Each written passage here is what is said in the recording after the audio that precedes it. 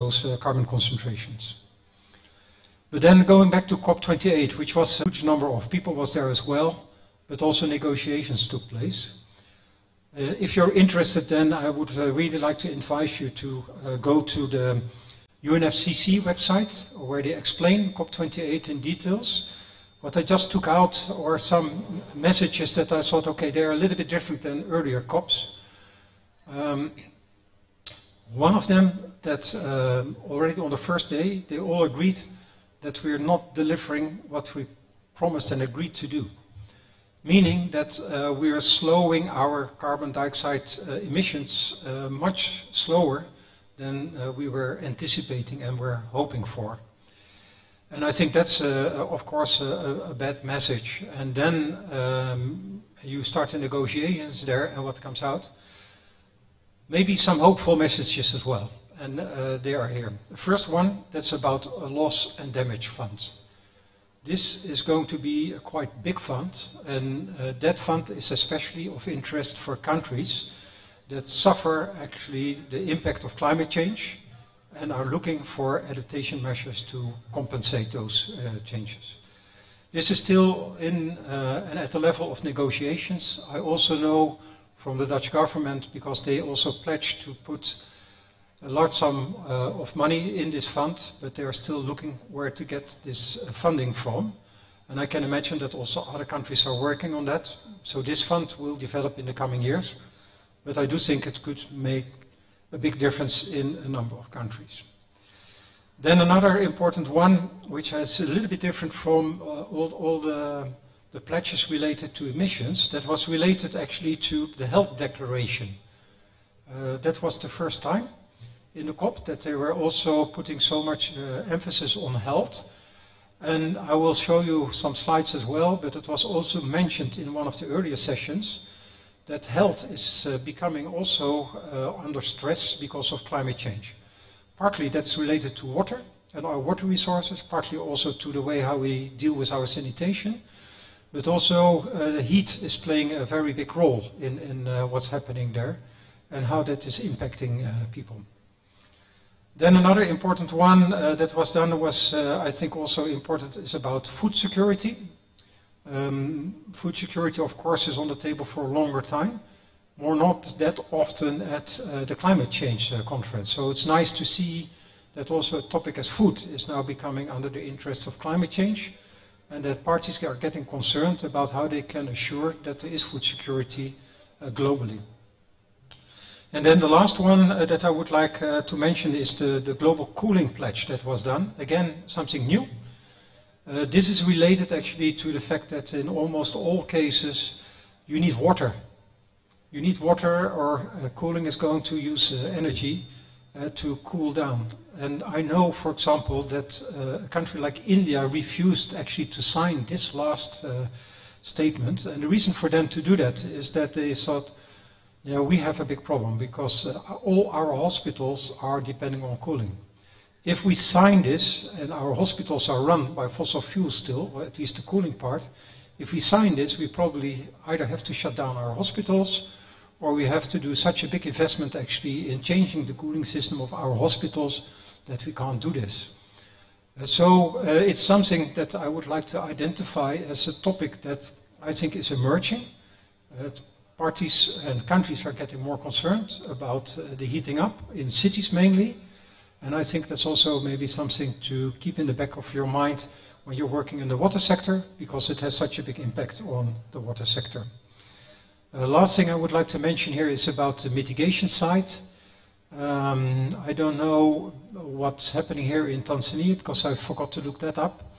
But there are a lot of talks about the transfer towards hydrogen as one of the drivers behind the new energy availability.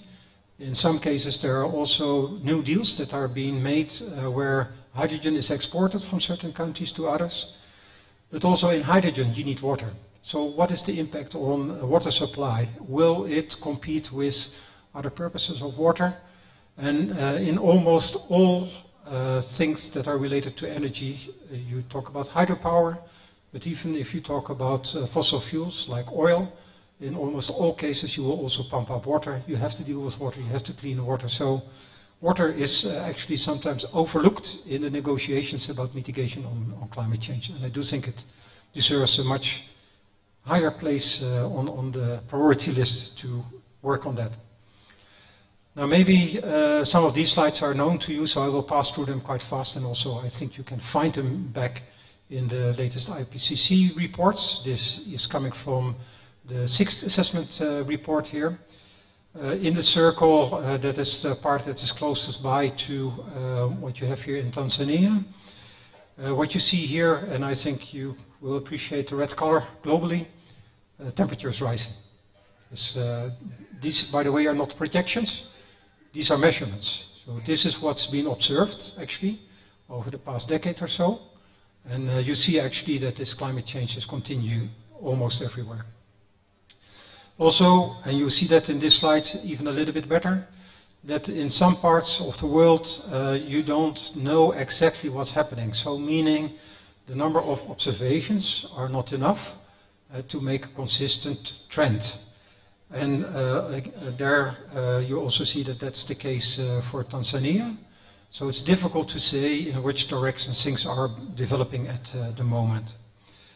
Same is true for this one, which is about agriculture and ecological droughts that's taking place in the former one, was about precipitation. I forgot to mention that to you. So that means that there's quite some uncertainty actually on what's happening there. And it would be good to increase actually the measurements that we have in certain places to know how those trends are behaving. If you're interested and you would like to go a little bit more in detail also in projections, and I will show one example later on, then this is an interesting website you can go for. This is also coming from the IPCC working group, where they collected all the material which is in the IPCC reports, but now you can focus actually on your own region and on the scenarios that you're interested in, but also on the different variables that you would like to know a little bit better. So if you're interested on climate change and you would like to know a little bit more details, then I advise you to have a look at this website. Like I said, heat waves, and heat waves, why are they so important? First of all, you see the trend here, and this is related to cities. What you see over the years is the number of death causes actually related to heat.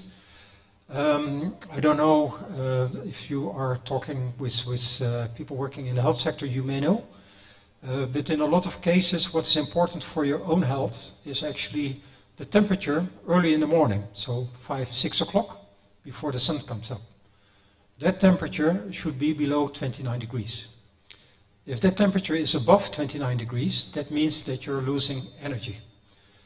And if it is below this 29 degrees, it means that you have a good night's sleep and that you're rested and that you have a lot of energy. So it has a quite large impact actually on your well-being and on your health. And this information is coming for a large part of cities, but also for a large part from industrial sectors where they have been working with, say, quite high temperature sources in surroundings. So this is a well-known fact that exists there, but what was not so well known was that we are now seeing those temperatures appearing in our cities. And why is that in our cities? That has to do with the heat island effect. It was also mentioned this morning with the secondary school. In a heat island in an urban area, you change actually the surface, you change the evaporation rate, you change the greening of the city, and by doing that you change actually the cooling capacity of a city. Now what you see here is actually on top, you see what's happening during the day, and on the bottom what's happening at night. And you see that in the center of the city you have during the day an increase of about 2 degrees compared to rural area. But at night, that can go up to 8 degrees. And it's not something just for areas where it's hot already. You can also see that in the Nordic countries, like the Netherlands or Denmark. And like I said, this nighttime temperature is so important. So you see that what's happening actually in the big urban areas is that the nighttime temperature is going much higher than the temperature rise that we see due to climate change. It's there because of urbanization, and also because we're not taking care of the green structures and evaporation rates, and by that cooling in our cities. On the left-hand side, you see actually an example of what you could get from that earlier website that I pointed you to, where you can get an estimation on what may happen to heat in your region, and you can further zoom in if you go to that website. Here I just took an example of a 3 degrees change, which is actually the trajectory that we're going for at the moment with our climate change reductions. But what we're hoping for is 1.5 degree exchange. If you go into that website, you can also look what it would mean for 1.5 degrees. I did that already, so I can tell you what came out. You will see about the same structure, but the temperatures will go a little bit lower. And by the temperatures is what I forgot to put in here. The dark red means that you have an increase of around 40 days with nights that go above 35 degrees. So that's a quite steep increase in this red zone. And it's a quite unfortunate scenario that I choose, so I hope that we go for a better scenario. But I will tell you that in 50 years when I come back here again. Agriculture ecological drought is also something. I do think that in Tanzania you have a quite large country, of course, but also quite mixed image over there. But I do think that in some parts ecological droughts are important. And what I wanted to indicate here is actually what you see in the projections I'm now talking about compared to the history. So on the left-hand side is the history 1850 to 1900. And on the right-hand side is an extreme 4-degree temperature increase. And in the negotiations, we're now between 2 and 3, more or less. So if you look at that, then compared to, say, the former situation, we will see that we slowly are getting an increase, that if we go to this 2 degree Celsius, that they will occur 2.4 times as often as we used to have them in the past. So you will get drought situations 2.4 times as much in a future situation where we go to 2 degree increase. But you also see that the standard deviation is becoming wider. So also the periods that you get there and the strength of the drought will also increase in due time. So I think drought is one of the big issues that I think are on the table in a lot of regions, and it's not always yet recognized like that.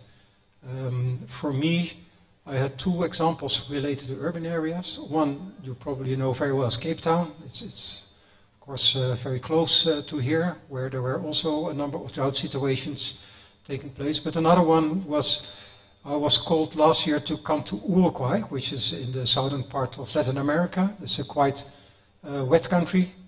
But there they also had a problem, because what happened there is that they also were facing a drought, and they have their water inlets actually in the river.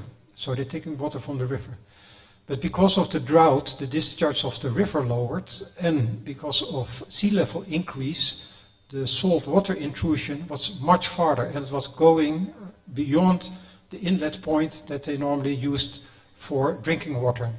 So the only way how the government there managed actually to continue delivering drinking water was by increasing the safety level of salt in water, which is a decision that is, I think, only something you do if you are under real big pressure, because you don't have another solution as a country. Because of course an increase in the salt content in the water is also related to health issues. They considered that it would not damage health as much as they would have damaged health if they would have to stop delivering drinking water. So for me, those are real wake-up calls that I think are important to consider. Now, related to that is groundwater. This is just an example from California, another continent where they're facing droughts quite often. And sometimes people don't really realize that if they are extracting groundwater, that it may have an impact on a much wider area.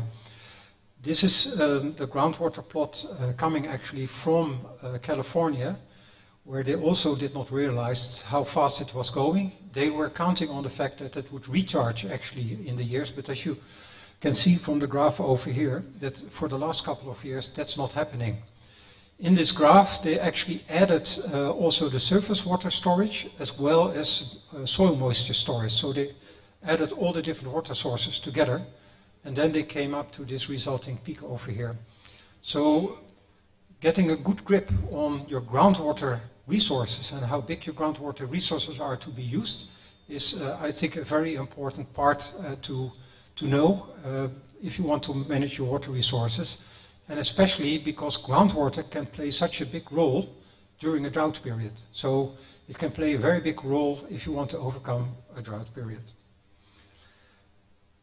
Next to that, but I don't think that that's such a big case in Tanzania, but in some cases close to the coast, you may have land subsidence, also because of groundwater extraction. This is an example from Indonesia, where the land subsidence took such a big step that by now the land is much lower than the sea, and actually they are living under conditions like this where you can understand that if there is a storm or something like that, then the houses on the inlet side are really under threat. Now, how can you adapt? So that's because what you would like to do. And this is a little bit of a theoretical picture, but I hope you allow me. What I would like to demonstrate is actually where your choice is as a government or as an institution or as a researcher or a scientist. And that has to do, if you look at the bit yellow line, which is the previous climate, and then the blue line is the new climate. What you hear about are often the averages, so the averaging are moving up, especially for temperature or they're changing for precipitation. But what is important are also the extremes. And what you see is actually if your probability density function moves up to the right, you get a much larger area where you have weather extremes, or at least extremes that were considered extremes in the past. So that means that you have to deal with those extremes. And then you have a choice. Do you want to accept those risks? So do you say, okay, those extremes are happening more often, but I do accept them, so I willingly let them go because I know that my population is prepared to that. The damage is not so big, so I will accept them. But maybe in some cases you don't want to accept them because there's a risk of life loss in there. And you would like to be sure that there are less people that lose their life because of those extremes. So that means that you have to move up. And then you have to take measures to actually overcome the difference between those two. So that's where your adaptation possibilities are, somewhere between those two ellipses that are over there.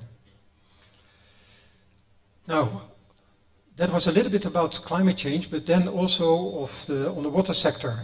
Last year was an important year. It was the first time in 44 years that the United Nations General Assembly, so not a specific organization, but the General Assembly discussed water in New York. That was happening in March.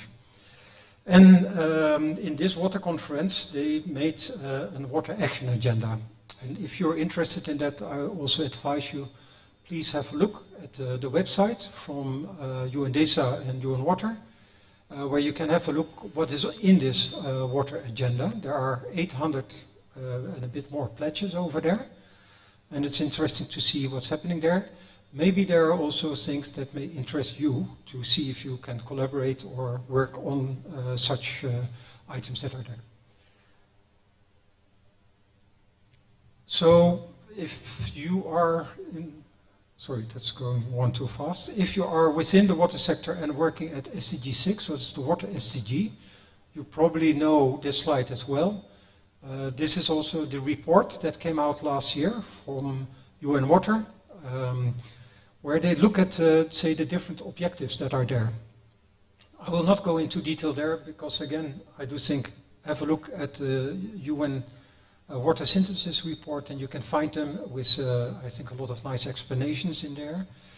But I just want to take one out of there. That's on the right-hand side. You see that there are high surface water extent changes of water basins, meaning that we're still transferring actually lakes, wetlands, or gardens, or parks into concrete surfaces. That is important because what you also see is that if we don't manage to change that, we're losing a part of biodiversity.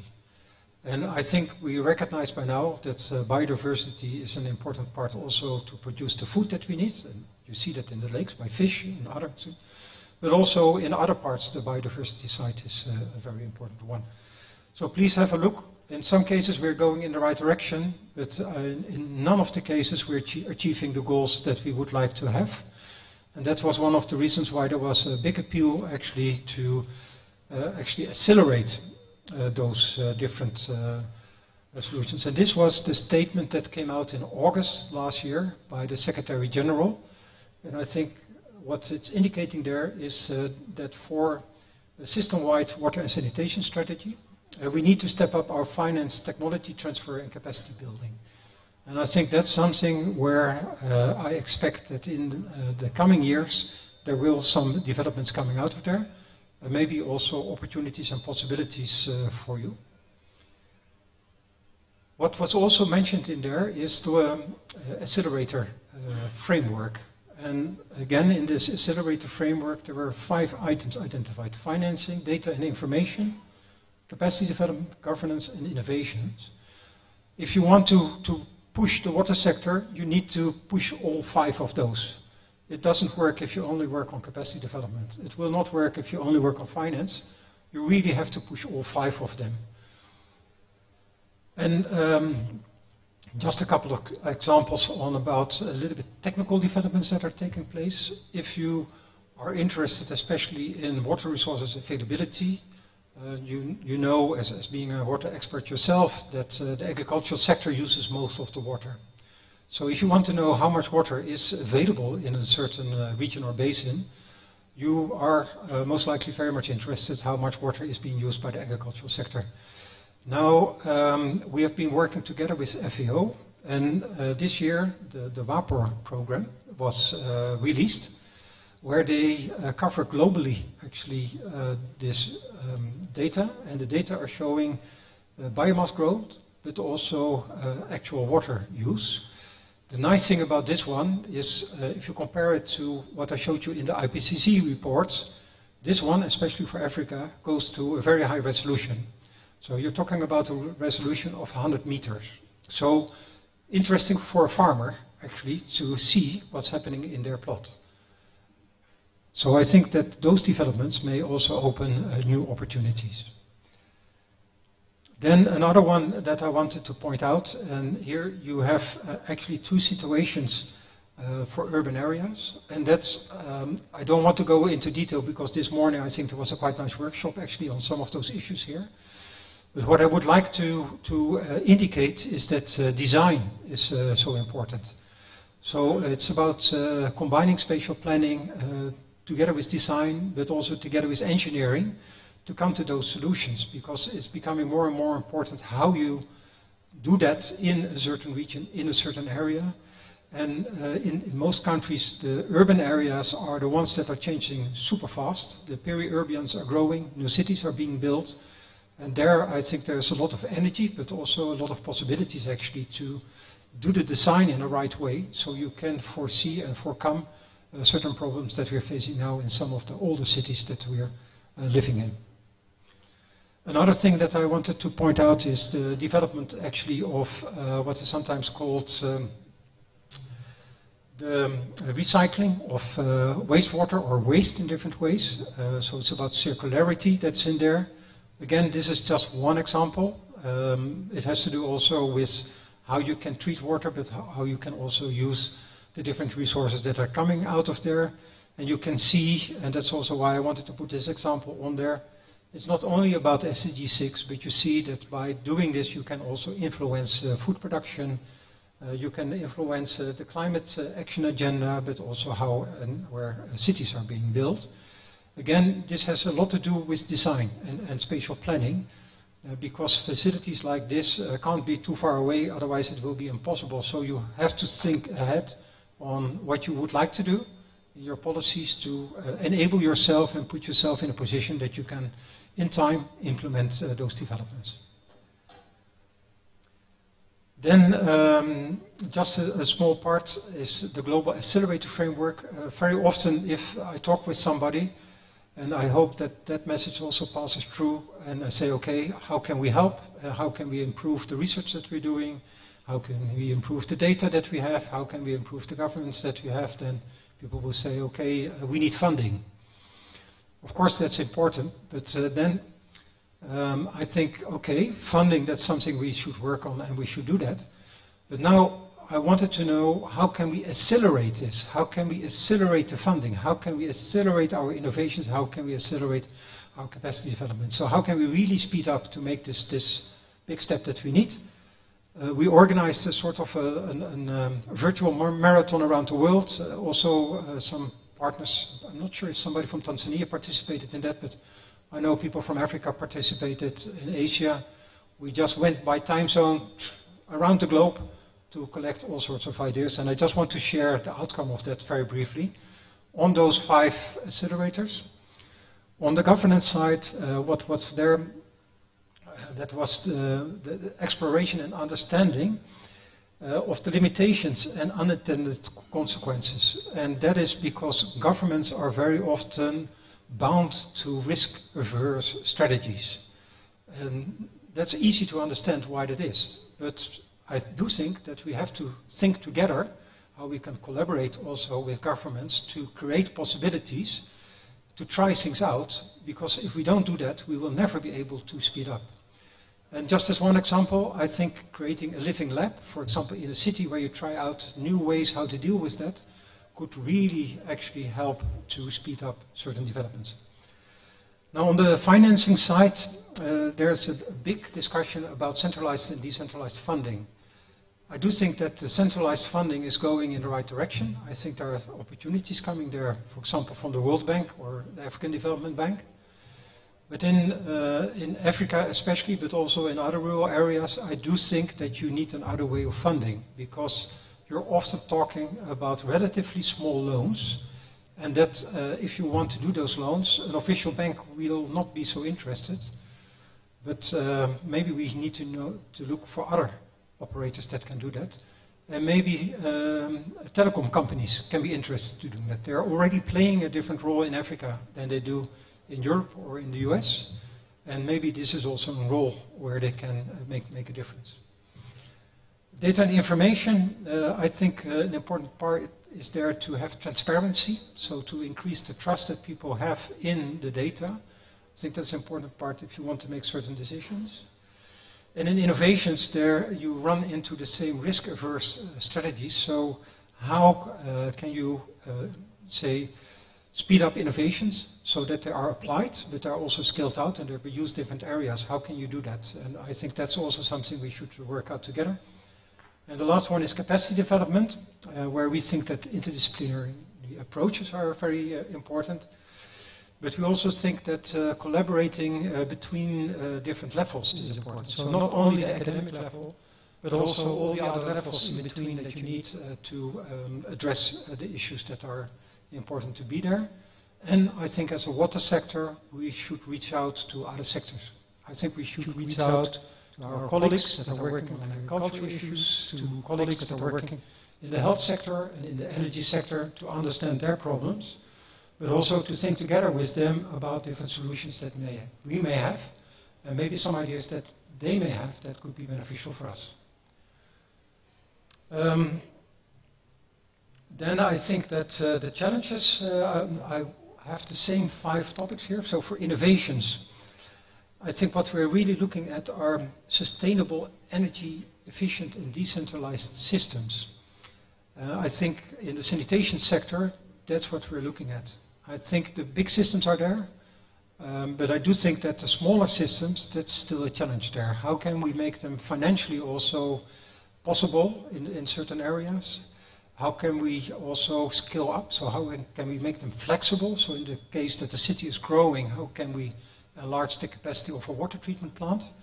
And I think that there are some developments that are taking place there, so it would be nice to follow that responsibilities.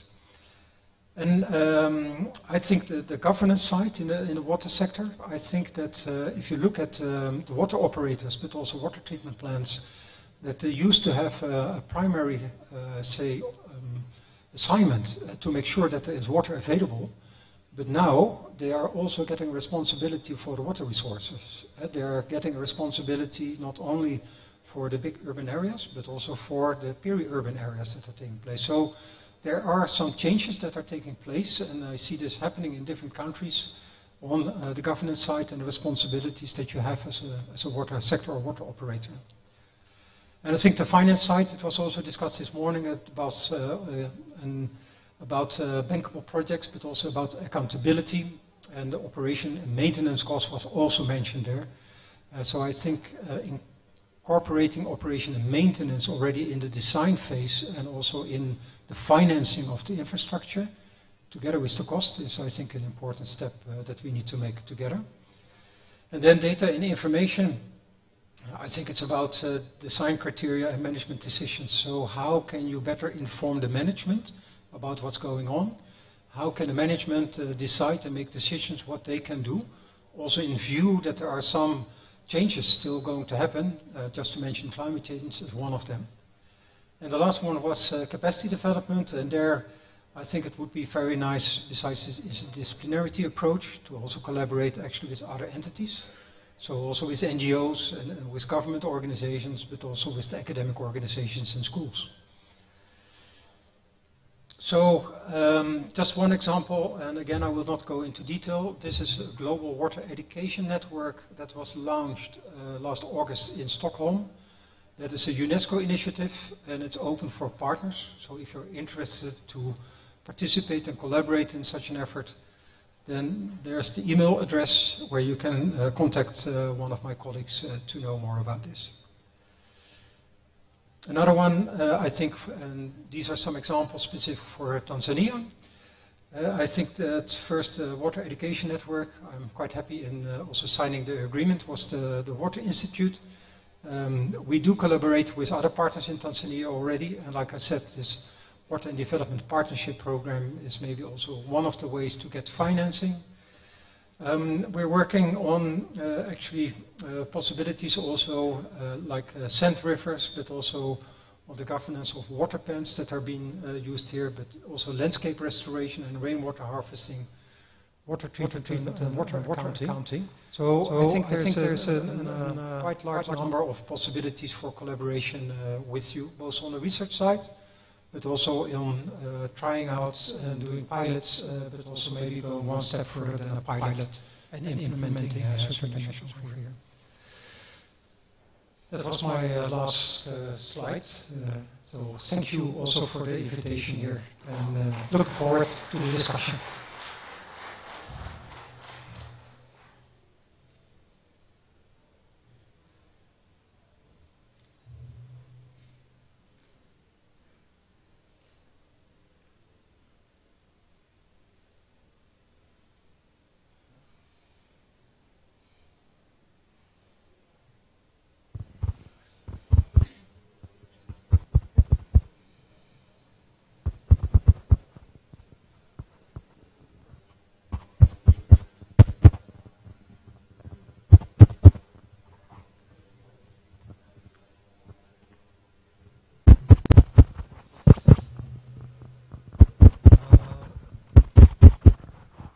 The microphone is not working yet over there.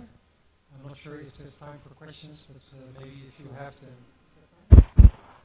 maybe you can raise your hands.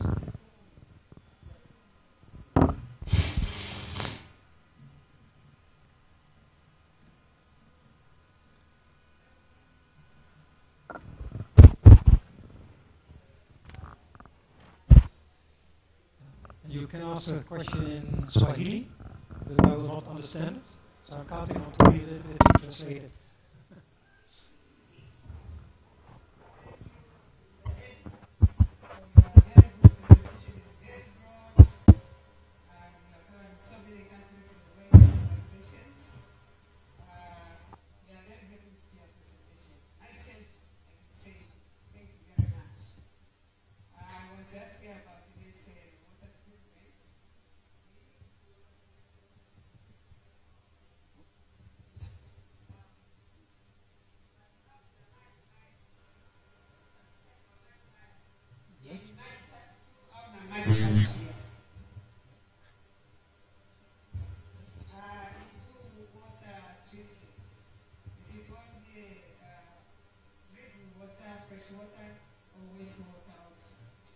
What you see as a development is actually what's already happening in a city like Singapore. They're treating between 35 to 40% of their wastewater into drinking water. And you see that happening in more dry areas where they really would like to increase, say, their drinking water coming from their wastewater treatment, and that it should go between 30 and 40%. So I see that happening in a number of cities. That side, but also there is this wastewater from domestic, from industrial, from runoff, etc. The water which has been used to treat it so that it can be recycled or used. That's what I was asking. Yeah. No. Another question that I wanted to add. Yeah. So let me answer your question that you can do that for all types of wastewater, but your treatment is different. And of course, it's quite important that if you have industrial wastewater, you probably need a much more costly treatment facility than you would need for agricultural water or urban water. So again, the design and the spatial planning is quite important, that you also can plan the sort of treatment that is required for the area where the wastewater is coming from. Also, which system is better? There you presented the decentralized system. What if you combine? Perhaps you have buildings which are scattered around, and then you have to do decentralized. But if you want to direct the water in a certain one place, perhaps in a port, you have also to do centralized. So is it better to combine the centralized and decentralized system together, or which is better? That's a good question and a difficult answer. I think it's difficult. Let me say a few words about that, and I'm not telling everything there. But what is important is the advantage of a centralized system is that most likely you can have a more efficient treatment. The big disadvantage of a centralized system is when you are going to a new area. So if a city is developing and you have to install your sewage system, and you have to build your centralized treatment facility, that's probably going to cost you more than when you will implement decentralized systems. So I think that the development of decentralized systems is going to go much faster than what we have seen in centralized systems. But in heavy built-up areas where you already have a sewage system, then using that system to concentrate your sewage and treat it is probably the best way to do.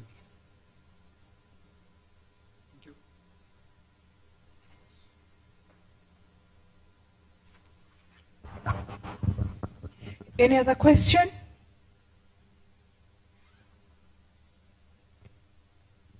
Karibu. Thanks. Hi, Prof. That was a brilliant presentation. Congratulations. I have a two-bit question.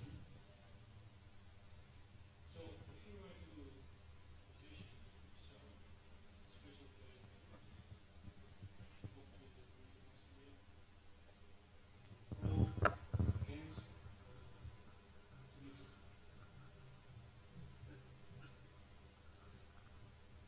You mean on the outcome or the implementation? Yeah. Okay. Let's say I'm a little bit older already, so then you have seen a lot of COPs and promises. I think I'm a little bit disappointed in how earlier promises and agreements were fulfilled by different countries for all sorts of different reasons. What I do see, and I think that's where I get my hope from and where I'm optimistic about, is that you see a much bigger engagement from NGOs, from individuals, companies. So I think society is slowly moving in a direction where I see a bigger thing changing. I must say that also the present world situation is not giving me a hopeful feeling that a lot of things will change quite fast now after this COP agreement. What is maybe interesting is next year in the COP there will be a new assessment about the different national determined contributions that they did in Paris. And that will give a big picture on what has been done and what has been achieved. But I must say I'm a bit afraid that it will be not so positive as we had hoped for and what was agreed upon. But I do think we can do something about it together. That's where my hope is, and that's where also counting all of you, me included, that together we can do something. I think there was one other question. Yes. Yeah. Thank you. Yes, my name is Maji, a master student from Modern Institute. Yeah, my concern is about the global warming. Yeah, as you mentioned that we have wastewater treatment, and sometimes we recycle, so that to minimize the pollution of water sources. So I want to know, or let us see that is there a study in your institute or in your country on how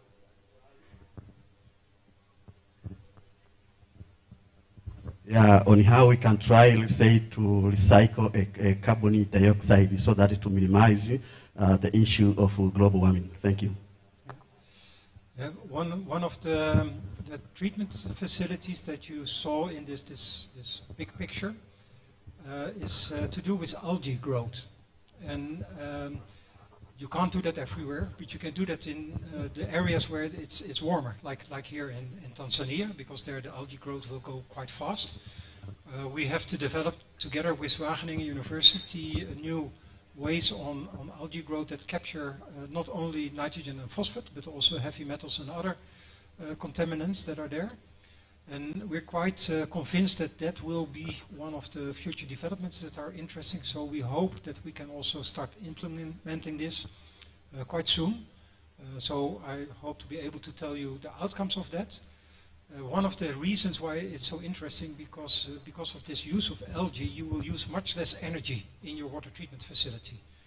And we think that that may indeed reduce also the mitigation part, as well as that there is a possibility to capture methane gases from such facilities.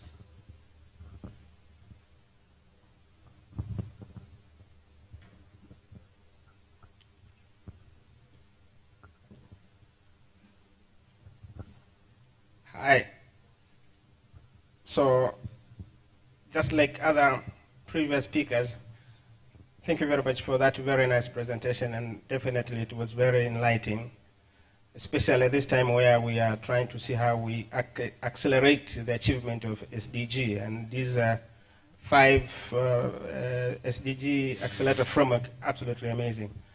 I'd like to get your perspective on one of the declarations from COP28 last year that you put it, and I see some of the countries there a little bit hesitant on that, the Global Cooling Pledge. What would you say about the opportunities and the challenges for this kind of topical issue in countries like Tanzania? Now, I probably don't know the energy situation well enough for Tanzania to make it very specific, but what was discussed in the COP28, among others, is that what you see, that there is a bigger need for cooling, and that in almost all situations at the moment, fossil fuels are being used for cooling facilities. So air conditioners, as an example, they use electricity, and in most cases electricity is being produced by fossil fuels.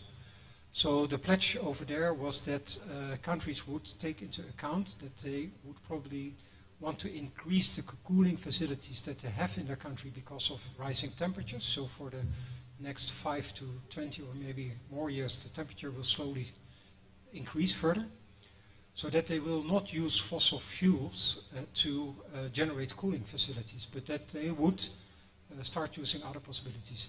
I think in Tanzania here, there are maybe some possibilities, maybe some related to hydropower, which is always a good facility. I just mentioned hydrogen.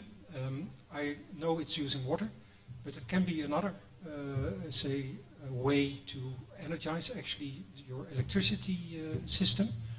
I do think you have to look what the consequences are for water, but I think that there's a possibility over there as well. Maybe there will be other possibilities like wind energy and others coming up, but like I said, I don't know the specific situations, the needs and the potential production possibilities in Tanzania that well to give you a precise answer.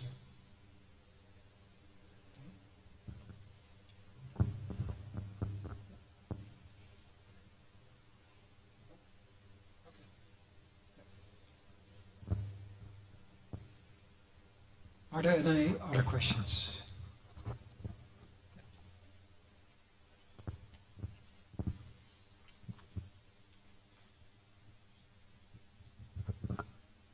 Thank you very much. My name is Gloria Kafuria, and thank you very much for the presentation that you have given.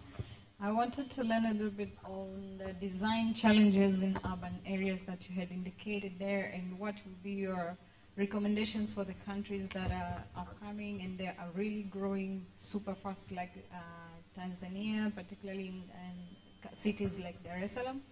And also wanted to get your perspective onto issues of carbon credits, which is ongoing when the polluters are paying for their pollutions, but how can the third world countries like this tap on those opportunities to recover from the increasing temperatures, while we do have the land where we can reduce the carbon that is being produced globally? Thank you. Thank you very much. I think that your first question about the urban design, that one is partly what was discussed this morning. It's about what's sometimes called low impact development, where you try to create structures that will reduce the temperature in the street. And I think that was not mentioned, but what is quite important, it's not only about the temperature of the air where you're walking, but it also has a huge impact actually on the temperature of your groundwater system. Or from your surface water. So it can be quite important if you are interested also in the water quality over there. Then another one, what is important in especially newly built up areas, is to think about a couple of things. Is the infrastructure, the service that you're providing, so water being one of them, but energy being a second one, that's important. And the third one is actually what is happening with your transportation. What you see in the really big cities, and I had a talk with the mayor of Dhaka city in Bangladesh, but also in the Netherlands you see that, is that more and more of the infrastructure of urban areas is going underground. And the spatial planning for the underground systems is in most countries non-existent. So I think there's a big challenge to know where you can put your power lines, where you can put your metro line, where you can put your water line, but also what other structures you would like to have. In the Netherlands, the underground is also being used as a heat storage, but it can also be cold storage, or it can be storage for carbon capturing, which is another topic that's been addressed. And I think all those items should be considered together if you're designing an urban area.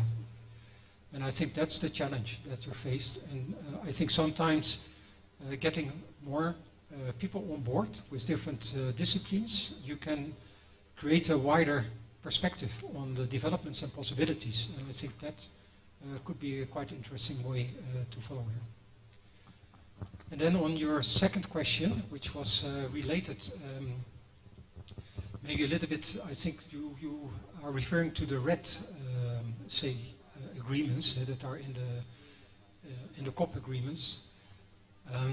I was in a meeting together with somebody from Suriname and from Guyana, and there what they indicated is actually this system is not working.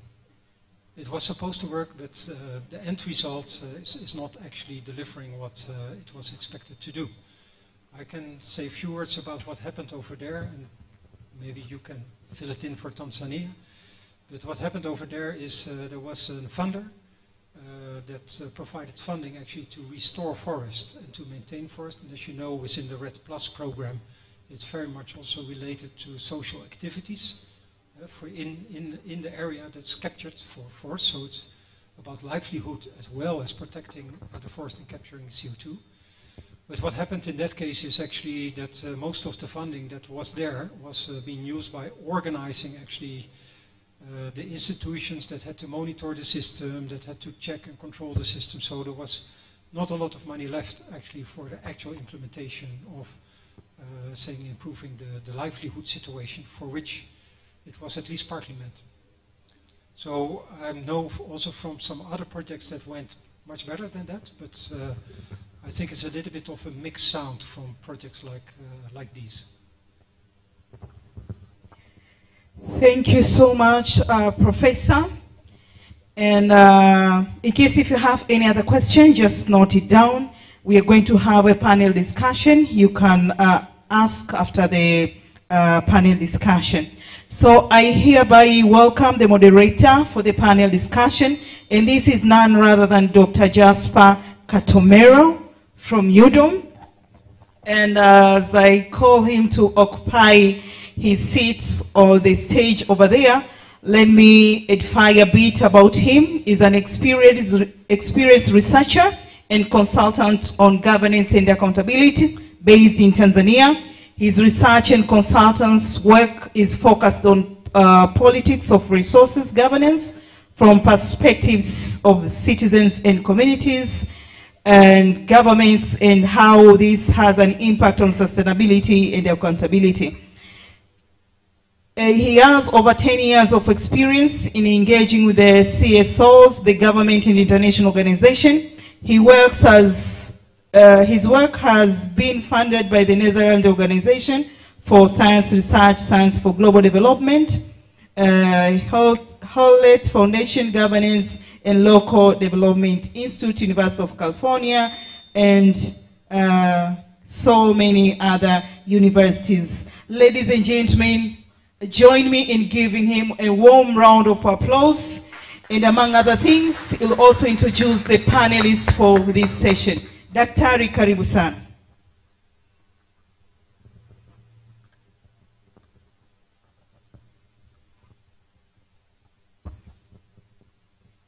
Karibu, unaweza kusimama kwenye podium.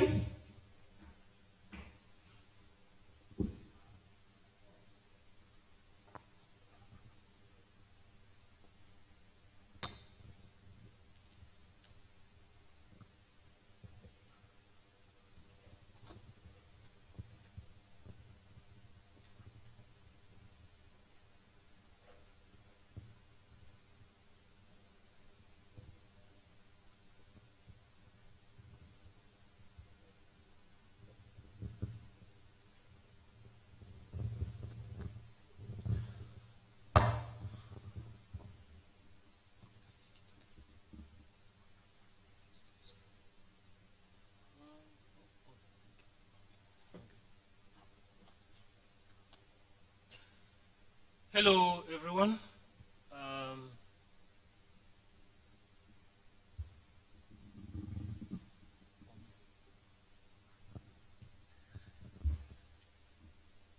Thank you very much for that warm welcome. As I have been introduced, my name is Jasper Katomero. I'm affiliated with the University of Dodoma, and I lecture at the Department of Political Science there. I'm very excited to be here to participate in this third Maji International Conference. Before I introduce my distinguished panelists who are going to be joining me here, right here, let me say a couple of few words. First, I want to extend my sincere appreciations and vote of thanks to Professor Mo. Maybe we should do another round of big applause, please.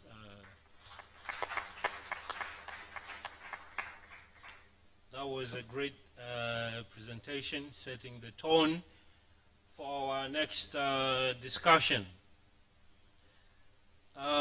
So I have a couple of distinguished panelists with me. As I said, are going to join me pretty soon. Maybe I do a quick round of introductions, and as I do that, each panelist would join me in this front row seat. So I would start with none other than Engineer Mwajuma Waziri. Engineer Mwajuma Waziri is the Deputy Permanent Secretary at the Ministry of Water. She did her master's degree at the University of Dar es Salaam, in water sector, but she's also a registered engineer with the Engineer Registration Board. And Engineer Mwajuma has managed a couple of projects, including a multi-million-dollar mega project on water supply across the country. She is a seasoned Tanzanian water resource civil engineer with a wealth of experience spanning over a decade. She commands a comprehensive set of skills, which includes engineering design, technical specifications, construction works, tendering, as well as evaluation, aligning seamlessly with both local and international standards. She's a teamwork person, inspirational and strategic leader. She has undertaken multiple leadership roles in multi-stakeholder complex projects, as well as high-level tasks that she completed. Well, she's a senior person within the Ministry of Water. So, ladies and gentlemen, allow me to welcome Engineer Mwajuma J. Waziri on the podium as our first panelist member in this event on this evening. And then next to us is Robert Sunday.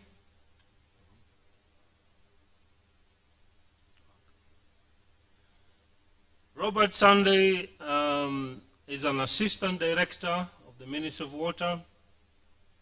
He's in charge with transboundary waters. Robert Sunday attended the famous program, which is dubbed as the Uongozi Institute from 2021-2022. He has a degree in water management, and in that particular program he specialized in water resources management. He also attended UNESCO IHE program or institute for water education, and currently Sunday also works at the Ministry of Water, and he has been pretty much involved in water issues, climate change, as well as water resources management. So again, a very welcome, a warm welcome to Robert Sunday. On the podium, please.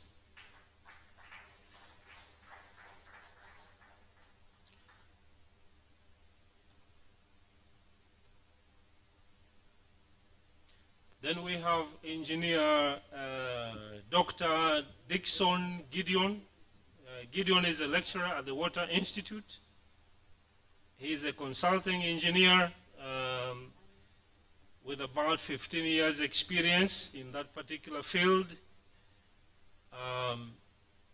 Gideon attended his BA, but also MA and PhD studies from a couple of universities. He has published his research work in reputable international journals, and now he's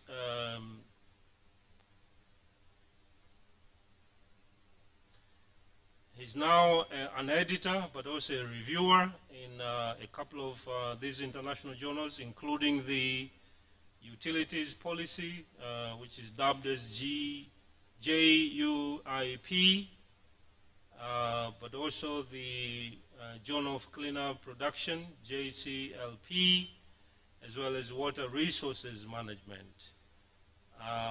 Dixon lectures in the areas of utilities regulation, water quality management, non-revenue water management, data development analysis, as well as conducting research in areas such as water systems planning, water systems designing, as well as construction management and operation management. Our third panelist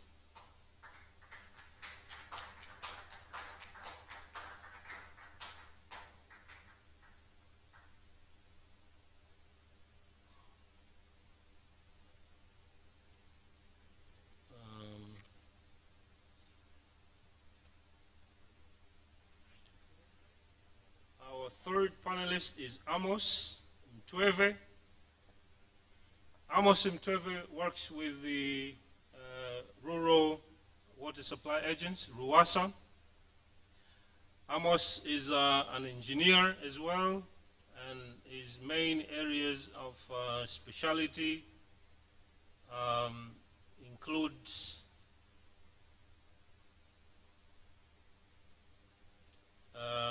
water systems designing, but also Amos is a registered engineer, registered with the Engineers Registration Board, ERB.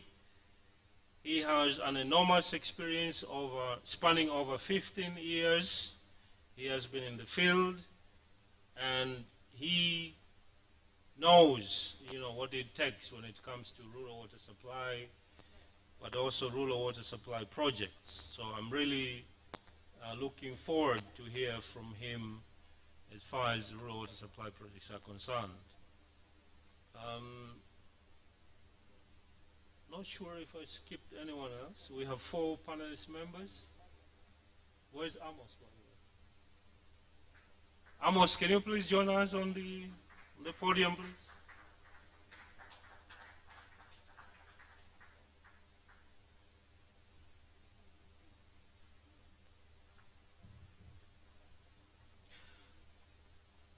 Thank you.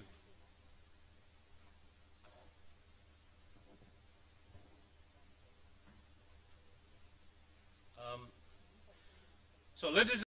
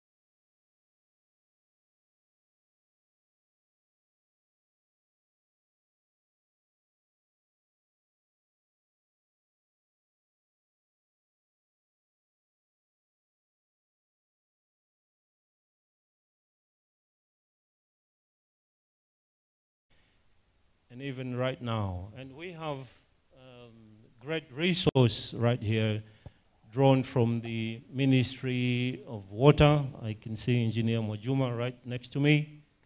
but also Mr. Robert Sunday. Next to me is Gideon from the Dixon, right? From the Water Institute, and Mtweve from Ruwasa, the Rural Sanitation, Water and Sanitation Agents, right? So maybe let me start with a very pressing question, which goes to none other than Engineer Mwajuma. So if someone asks you today, in the context of water and sanitation in Tanzania, the audience would be interested to know what is really the status as a country, as a nation. What is the status right now? What are we doing? You know, what is happening as far as water and sanitation is concerned? What are the major milestones reflecting on global frameworks, but also regional frameworks and country frameworks? What is going on? Can you tell us about that, please? Thank you very much. First of all, I really appreciate to be one of the members of the panelists. So you can see this panel is not gender balanced, eh? Only one lady, which is not good.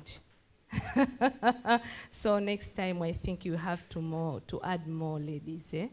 And you know, when you are speaking about water and sanitation, the first one is supposed to be women. So this panel was supposed to be full of ladies, maybe one or two men, but together we can.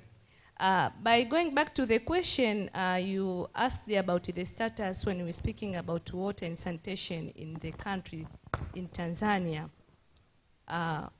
Currently, we normally calculate the coverage of water and sanitation in December. Now is in January. But when we are speaking by December 2023, we was having 77% in rural, and we have 88% in urban. And we really focus on SDGs 6, that by 2025, when we are speaking in all urban centers, we need to reach 95%. And when we are speaking about rural areas, we need to reach 85%. So you can see still we have a big gap. Although as a country, when we are speaking of government and a Ministry of Water, we are proceeding with several actions to make sure that we reach the targeted 95 and 85. We have plenty of projects that is going on in urban and rural areas, and we are expecting, inshallah, by 2025, that 95 and 85%, if everything goes as planned, we will attain, in collaboration, not only in Ministry of Water alone. Ministry of Water alone cannot be able to reach that 95 and 85%. We have to collaborate with development partners, NGO, CSO, and everyone to combine our effort with government to make sure that we reach that area. That is on water supply. When we are speaking about sanitation, the scenario is very worse, because in Ministry of Water, sanitation we are not dealing with when we are speaking about nyumbani choo. We are speaking about the sewer system. And you remember all the projects that we are constructing, 80% of water is converted to wastewater. But still, we are around 13%, and we are targeting to reach 30%. You can see how much we are lagging behind. So, although we are concentrating on thinking on water supply and making sure we reach those SDGs, but we are supposed also to think and put more effort on sanitation issues when we are speaking about the sewer. But also this sanitation is divided into several options. We, Ministry of Water, we concentrate on sewer system, but we have Ministry of Health, also is dealing with the sanitation issues, campaigning to make sure that all houses have got toilets and so on. We are still lagging behind, and that's why you can see now there is, when you are speaking in Lake Zone, there is a problem of these waterborne disease issues, which are caused by lack of proper sanitation issues, and even clean water. Sometimes you can say clean water, but because of not having proper sanitation, it end up having that kind of waterborne diseases like cholera and so on. So that is the status we have. And my plea to this question in the status, all of us here, we have a greater responsibility to make sure we attain the required SDG by 2025 by contributing technically, financially, socially, because all those indicators are very important to make sure we attain the required goal. If we are not going to join technically, socially, because when you are speaking about sanitation, social cultural behavior is also a big problem. Sometimes a person can build a very good house, no proper sanitation. So we have to join effort to make sure we educate people, we sensitize people, we do wherever. We technical people use our own technology, technically the way we understood, we read and buy ideas from other countries so that we make sure we attain the required goal. Thank you very much. Thank you very much, Engineer Maji. That's a very brilliant response. Maybe a follow-up discussion input from RUWASA, the Rural Water Supply Agents. I do understand right now that RUWASA is running so quick, in putting up investments in the rural areas, but also improving sanitation standards.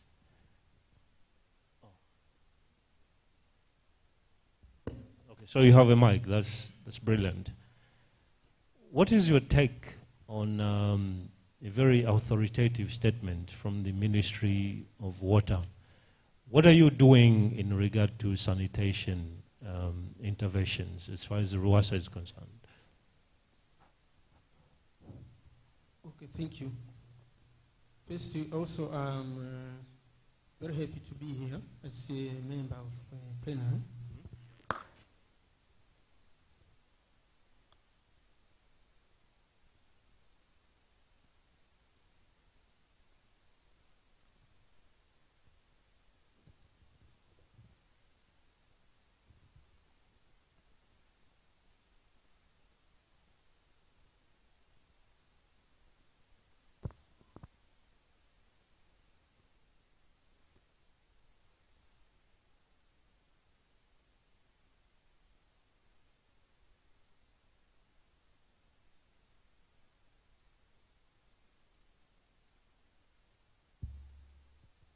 Okay, thank you. So maybe I should add a little bit about sanitation.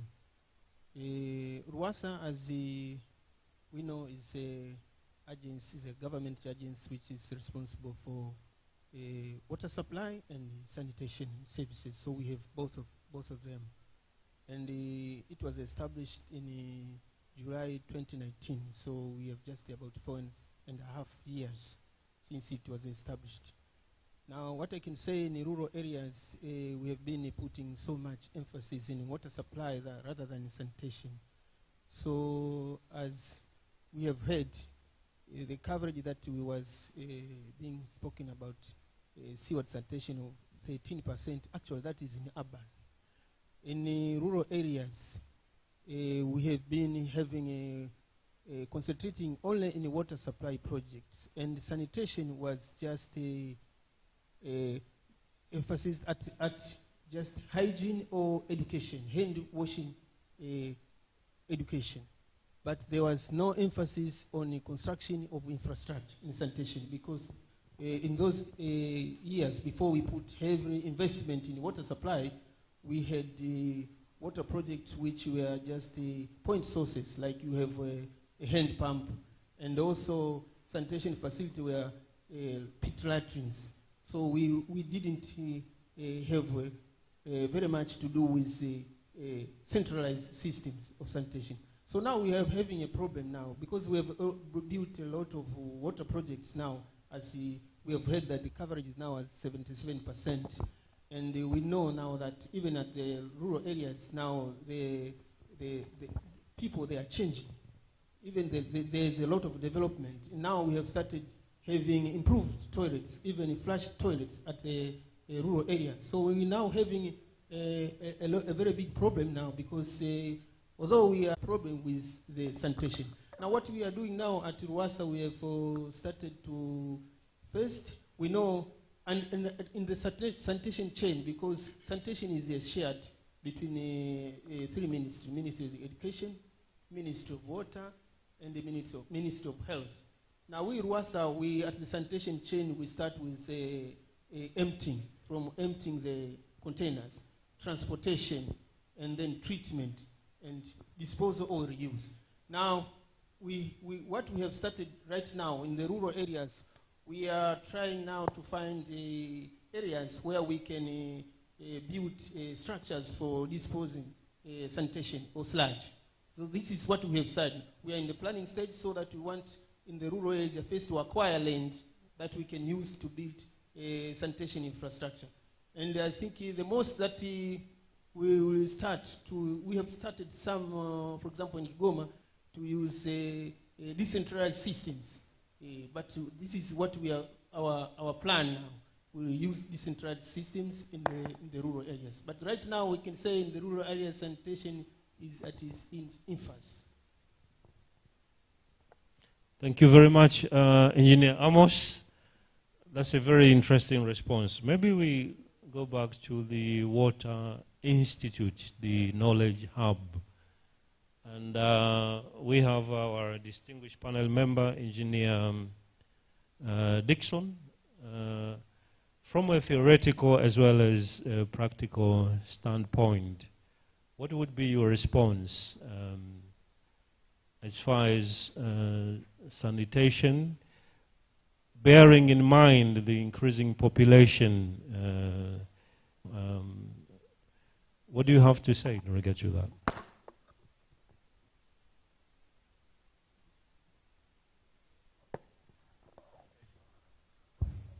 Okay, thank you for the question.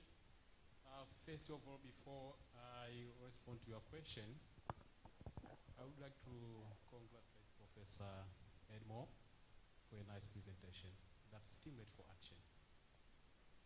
Professor, I would like to say that I have a secret. The time we are presenting here, I was very careful following what you're presenting here. And Professor, you have to know I'm not an expert in climate change, but the time I'm presenting, I found that I have a role with the IG and the Water Institute. The door is open.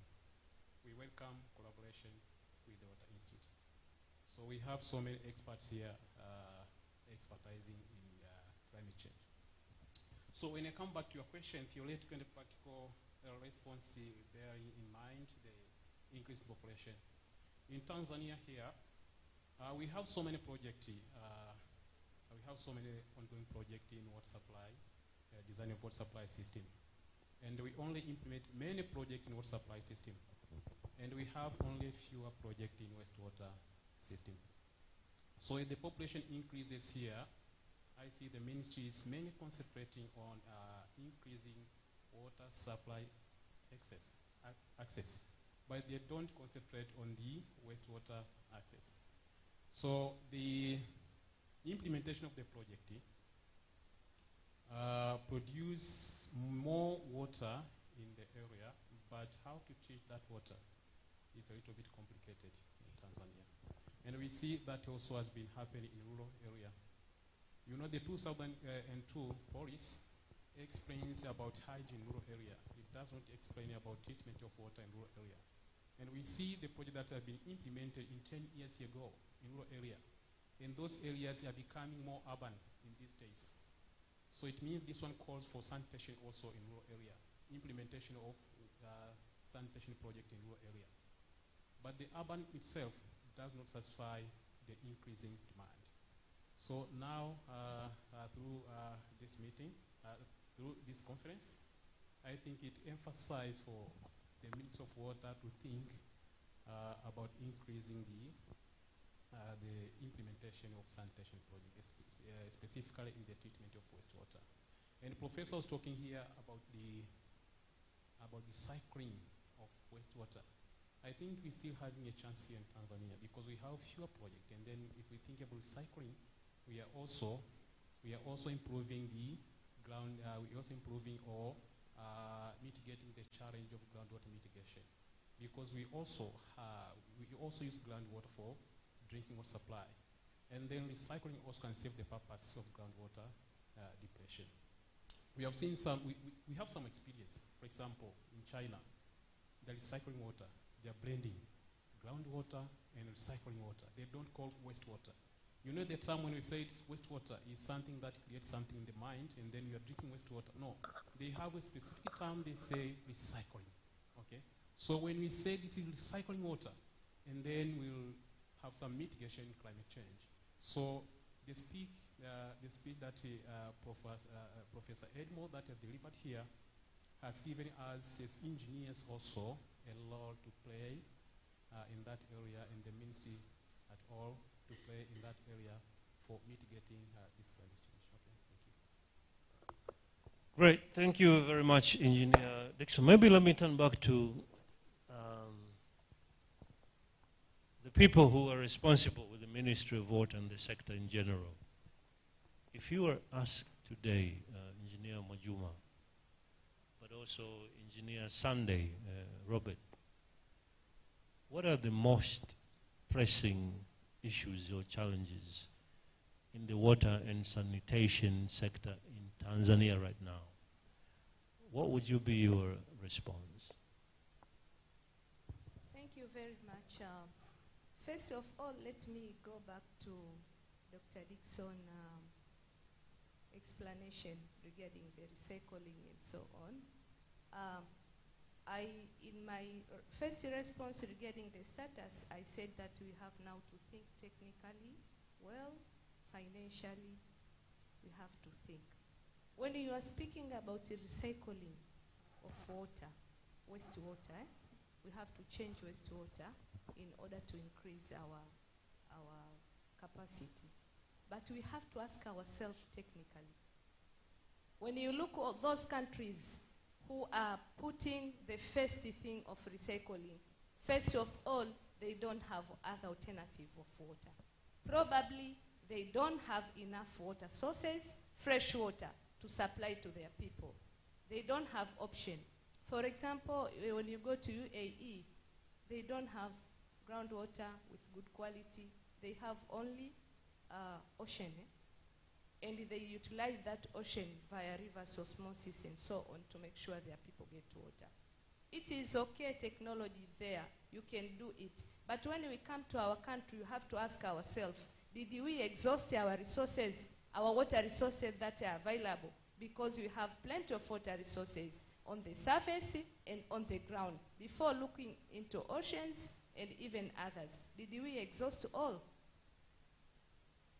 Because if you are going to the third option of recycling, you have to think OPEX, we have to think CAPEX, and even availability of wherever you have.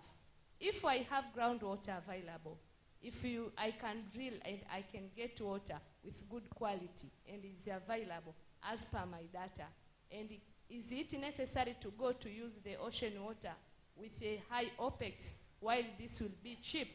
That's why I'm saying that we have to look, we technical people, we have a role to play. We have to think critically in order to help our country before in ranking both criteria to see which will be the better mechanism in order to make sure our people are getting safe and clean water. That is second. But as you have been saying, what are the main challenges facing? The main challenge, number one, I think in the morning session that we have our Honorable Jakaya Kikwete, you could hear his speech mention about how the water sector was before, and what are the main challenge those years? Financing.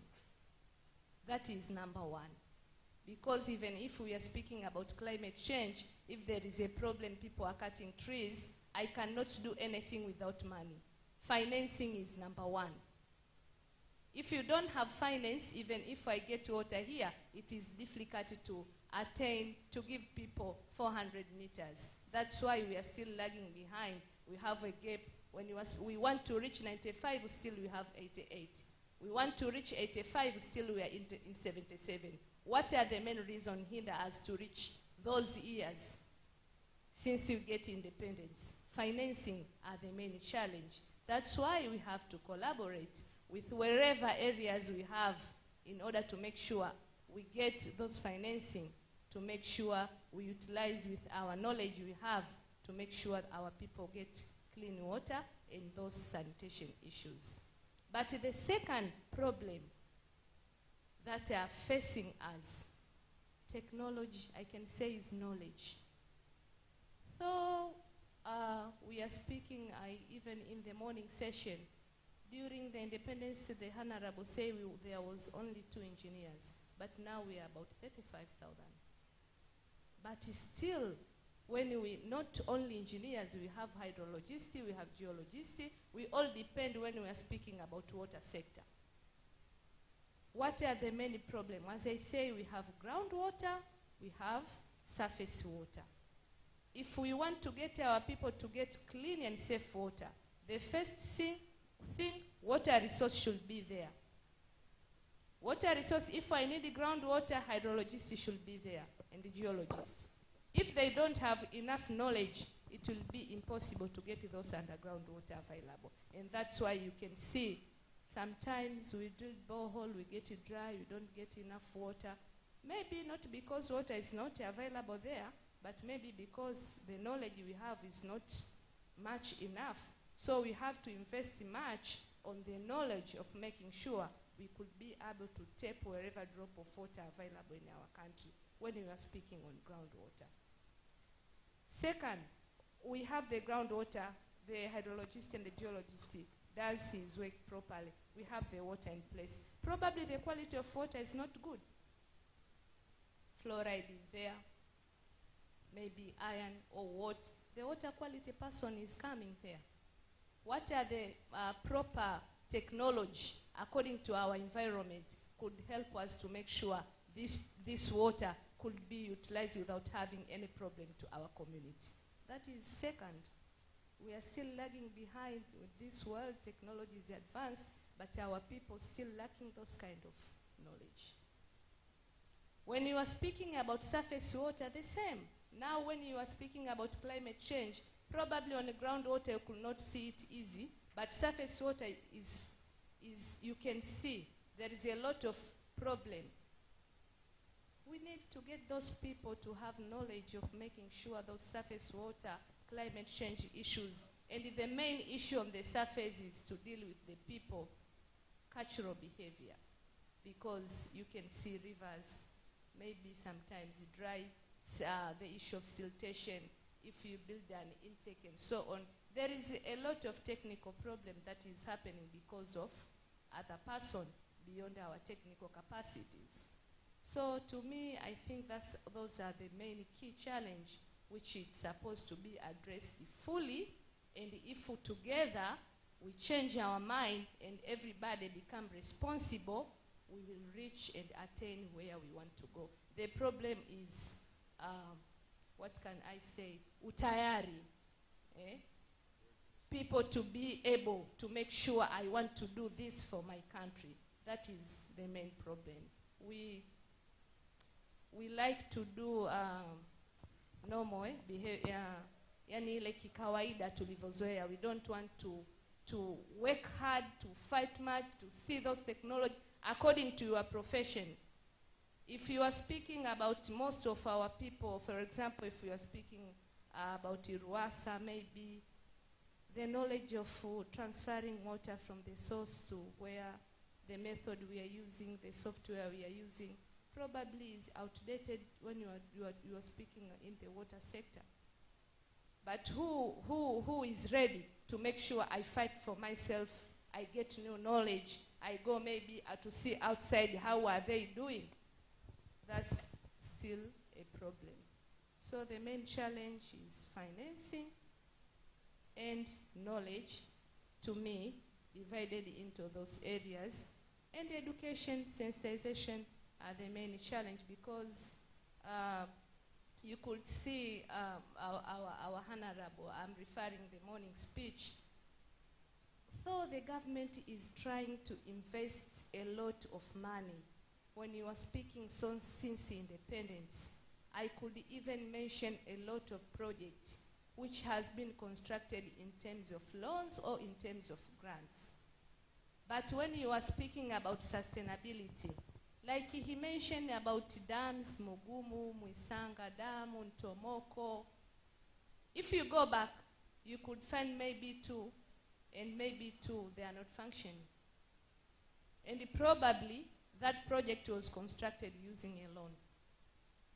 And now we are proceeding also to construct it, and we are getting loan from our donors.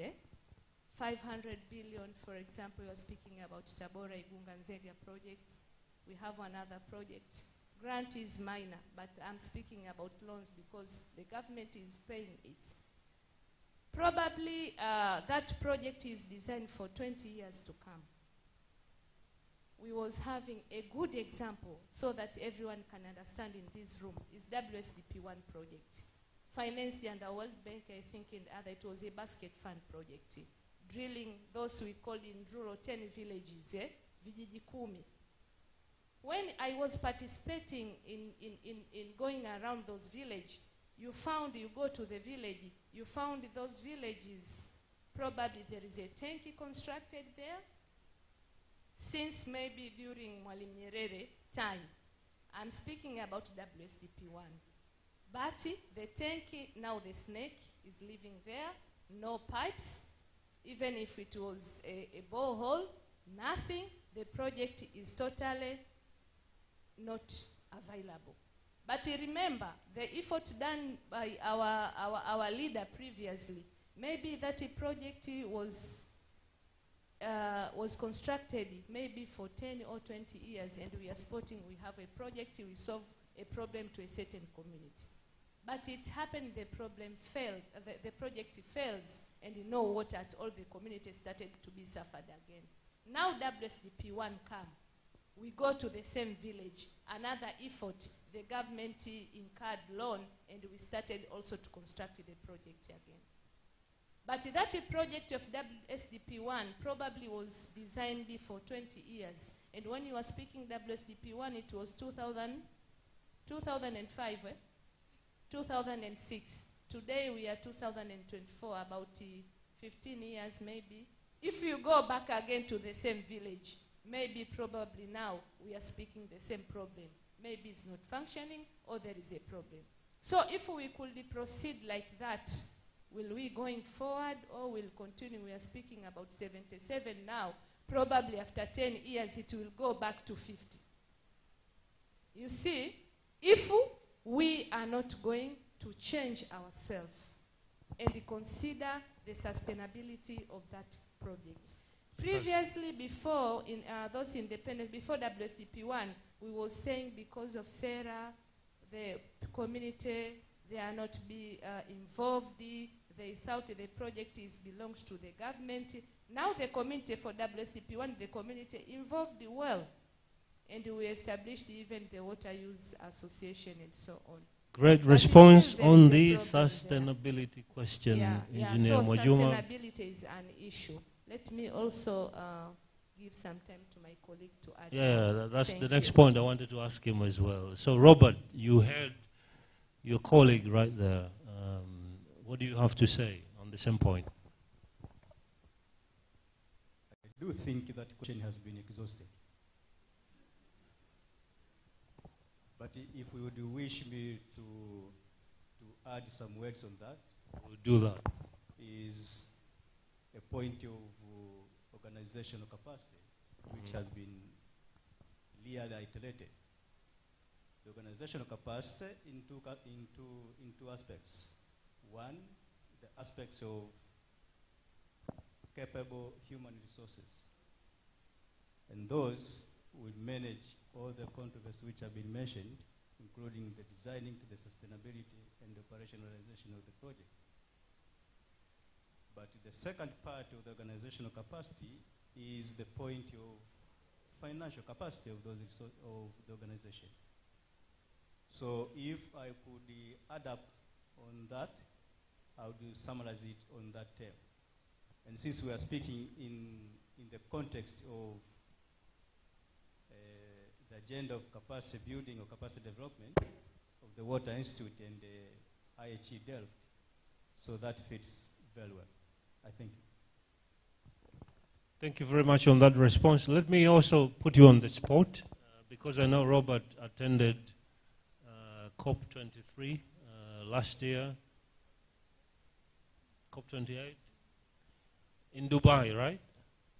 And you were there representing our country, our nation. So I want to ask you one of the key points which was also raised by Professor Mo on this so-called climate change fund, the loss and damage fund, which is about $400 billion. That's the pledge. It's not the actual figure, right? As a ministry, as a country, as your portfolio, how are we leveraging this opportunity, towards addressing climate change impacts, especially as far as vulnerable communities are concerned, but also a country, in general? What will be your response on that? Thank you very much. Regarding some of the key outputs of the United Nations COP28 meeting, of course, leaders of the world have pronounced that there will be a loss and damage fund. But that pronunciation being made a month ago, then so far what I know, it is undertaking designing of the fund, how money will be going into the fund, and who will be accessing that fund in which criteria. So that might take some time, depending on the protocols of the United Nations, and of course, willingness of the member states to contribute. But what I would say, we as the United Republic of Tanzania, as we foresee that there will be a loss and damage fund, the main question is, how can we access that fund? And if I will still underline the need for capacity building, organizations which have the capacity, first, to establish projects which will attract the fund, projects which will meet the criteria of that fund. Although the name is different, but as of now, we also have other climate funds, be it GCF, GF Adaptation Fund, and the Climate Investment Fund. We have 4 funds as of now. So the loss and damage fund will be added to that, dedicated to developing countries and enhancing on the adaptation. The question we could ask ourselves is, how much are we gaining as of now from GCF and other funds? And that will be a benchmark for us to get well prepared to be in the position of getting fund from the loss and damage fund. So what I'm trying to underscore here, and as also I'm putting it in the context of today's subject, climate change and the capacity development. We need to have the capacity of course, the organizations, which reflects the capacity of the country, so that we can be ready to establish and attract that fund. And if I will expand on that, even other commitments which are out there, there are opportunities. In the presentation, you have been introduced on the United Nations Water Conference, which took place 46 years ago. In that United Nations Water Action Agenda, we have 700 plus voluntary commitments. And this is what makes that document Water Action Agenda. But there are also commitments and pledges to get money from that side. That also calls for the capacity of countries to see what is in the Water Action Agenda and how to attract that fund. And if you go now beyond that, although the fund is named Adaptation Fund, Loss and Damage, but for the water family has also to work harder than other sectors. Because so often, although we are speaking water is at the center of climate change, and the water is at the center of implementation or achievement of United Nations Sustainable Development Goals, but water is less spoken when it comes to the climate discussion, including the Paris Agreement. So from the COP28, and this has been a successful story for the water sector, 3 outcomes. The loss and damage fund is the umbrella one, but the first, which gave somehow the water family a smiling face, one is the Freshwater Challenge Initiative. Second is the Urban Water Catalyst Initiative. And the third is Water for Food Security. So this time around, COP28 has come out with at least 4 areas explicitly speaking about water, which has not been the case for many, many years. What I want to establish is we as Tanzania, we as the water sector, as we foresee the loss and damage fund, going to your question, we need to get prepared, and the preparation means getting people, getting organization capacity to attack that fund, including all other activities which are taking place in that fund. And these regional or international ambitions, for example, we'll be having, maybe sooner or later, we'll be having United Nations, the first United Nations water strategy, or water and sanitation strategy. But as we speak today, we are halfway in the water decade, which is ending in 2028. As we speak today, we have seen the performance of SDG 6. That means there are many opportunities at the global scale, but it requires internal national capacity to have those realized at the national scale. I thank you. Thank you very much, Engineer Robert. On the same question, let me turn back to Ruwasa, because you're also dealing with sanitation issues. And apparently, there has been a lot of efforts as far as infrastructure is concerned in that particular front.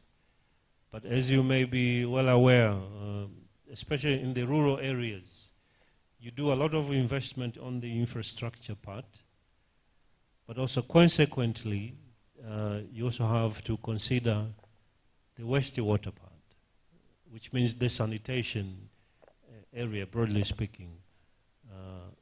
What would be your response, connecting that to climate change as well?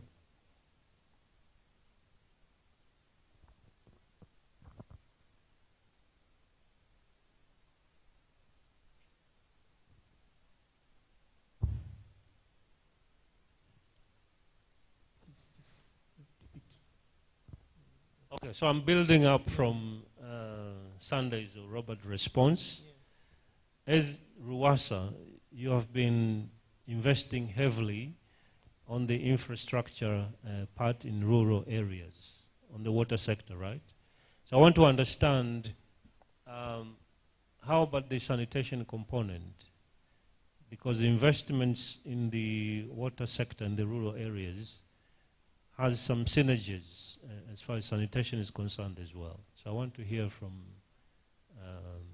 that point of view.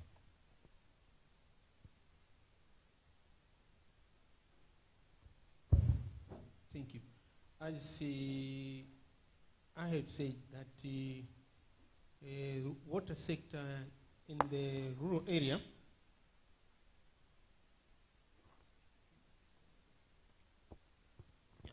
water sector in the rural area has been we have been concentrating in water supply, and we have built a lot of projects, but the sanitation part was just limited to education and hygiene. So there was nothing to do with the infrastructure that we have to take care of wastewater. So why? Because in the projects that were being implemented were sanitation facilities that were being constructed in those times were limited to pit latrine. And you see there was no flush toilets like what we have now. But right now what we are experiencing is that in the rural areas there has been a shift even in what type of water connection people they need. Right now people, you see a lot of people now they want in-house water connections. A lot of them. When we are constructing now water supply projects, we have now to start to consider connections to the household, which in the past we didn't consider so much. So this now raises the issue of sanitation, because now water is close to the house, and now you know that 80% of all water supply, which is being is turned into wastewater. So the issue of sanitation, as I've said now, is now becoming very important to the rural areas.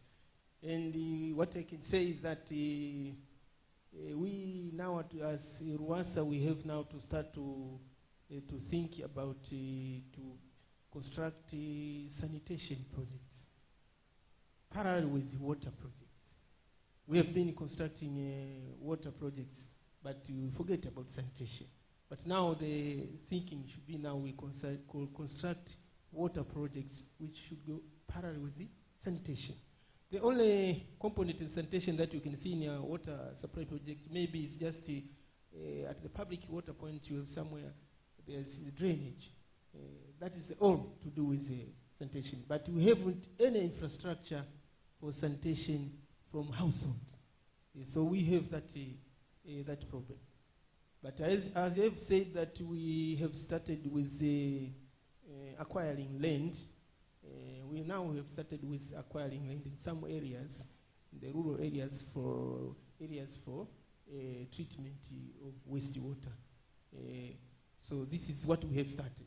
We have not started heavily investing in a sanitation project, but this will be our future.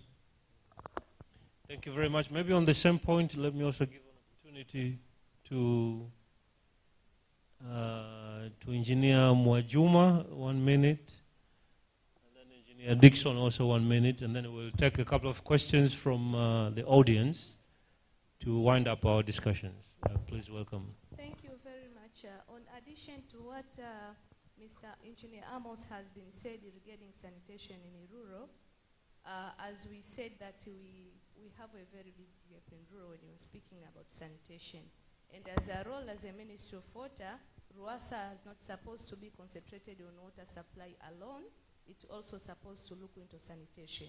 And because we have invested a lot in water infrastructure now, through P4R program, we also now started thinking about P4R phase 2, which we are in negotiation with the World Bank.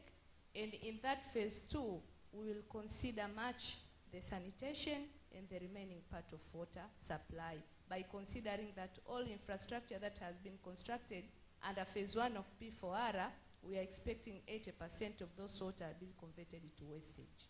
So that's why we have been started thinking on considering phase 2 to deal with construction of sanitation infrastructure. Thank you very much. Thanks a lot. Let's turn to Dixon, if you have any point to make on Okay, in that regard. I can say I'm trying to connect the point between what Amos has said and the engineer Majuma has said here about the rural water project. That this time they have experienced something relating to premature of the project in rural area. And then now they are thinking about providing additional funds to construct a new project. So I see there was a problem in the planning, because here in Tanzania, the time we plan for the rural project, we only concentrate and think that we are designing for the rural project. We just provide domestic point. And then we know when we are thinking about the socio-economic development in the area, we think about water. Water contributes too much in the socio-economic development.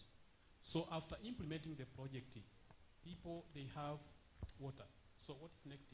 They have to construct a nice small-scale building, and then they need in-house connection. So that would become a problem.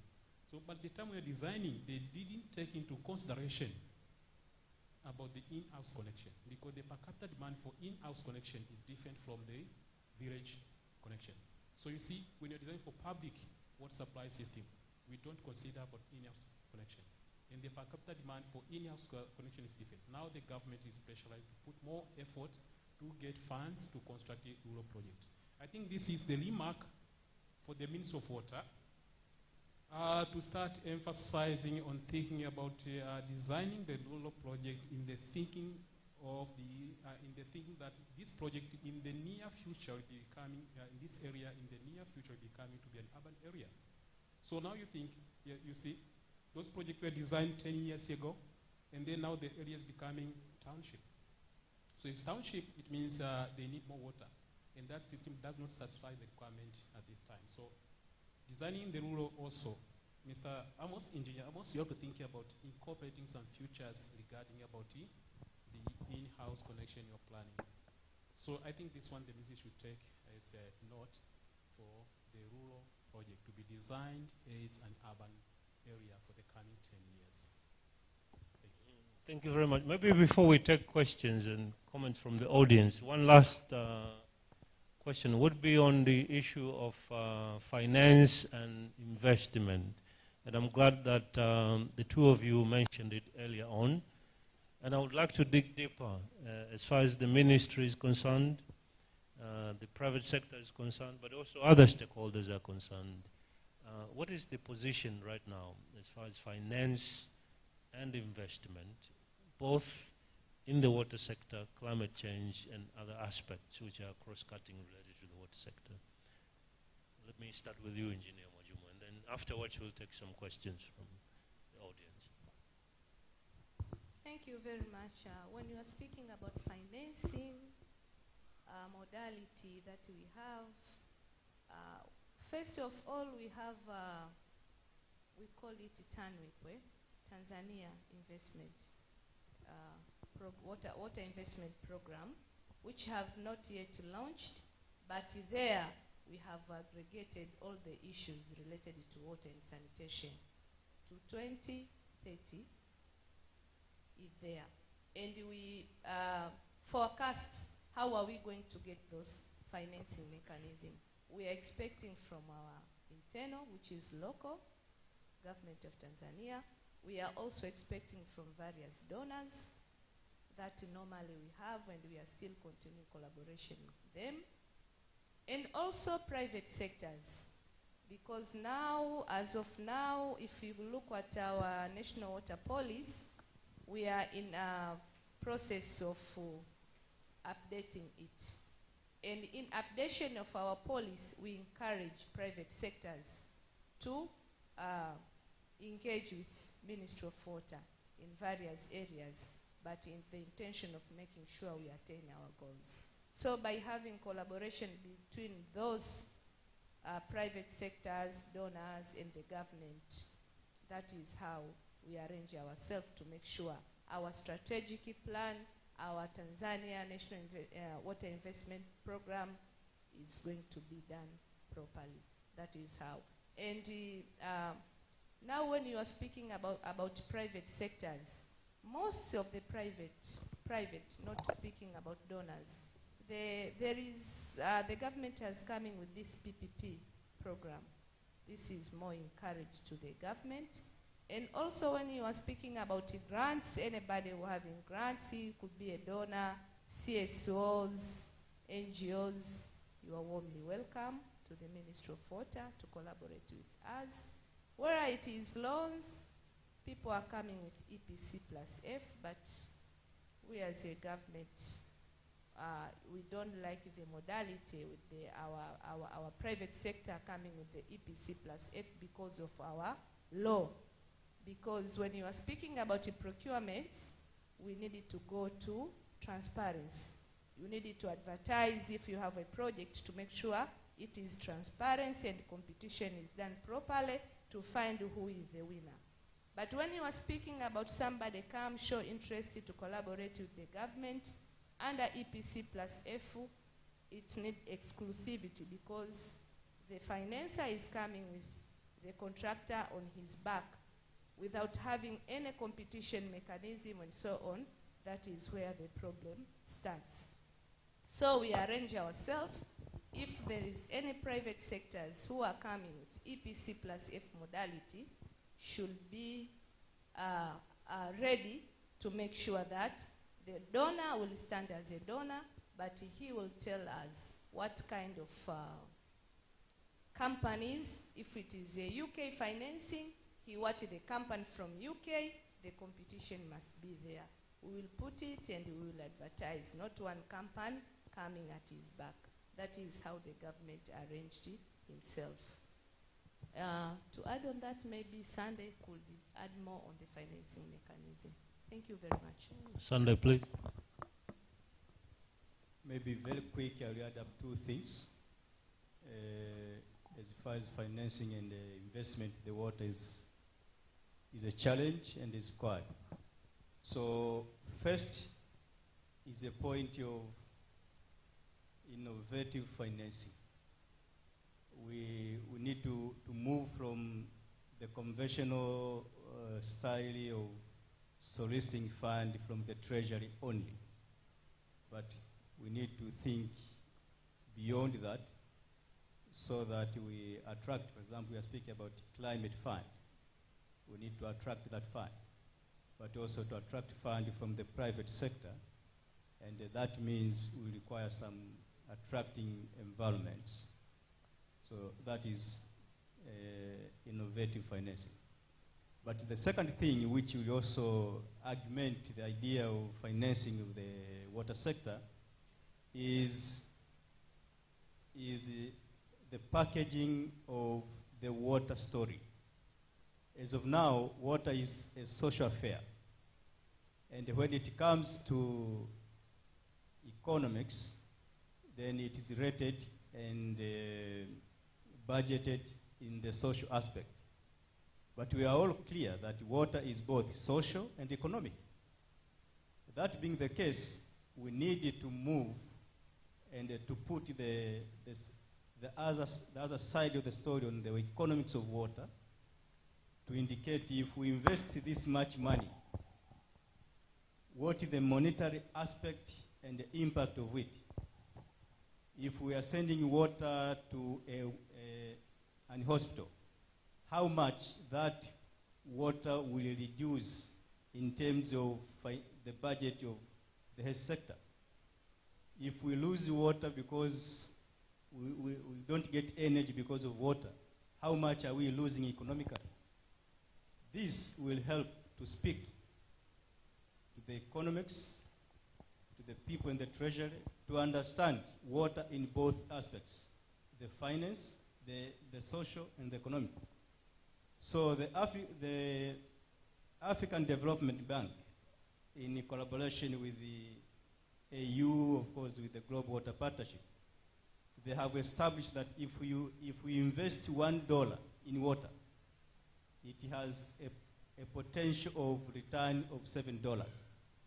So this language will help to show the economics part of the water affairs and increase this to the budget of the water sector, rather than the conventional style which has been here go, here come, what is important, what is life, and so forth. Maybe we need also to change the presentation. I think. Thank you very much, Robert. So we're going to do two things right now. One is a big round of applause to our panelist members. No, that's not enough, please.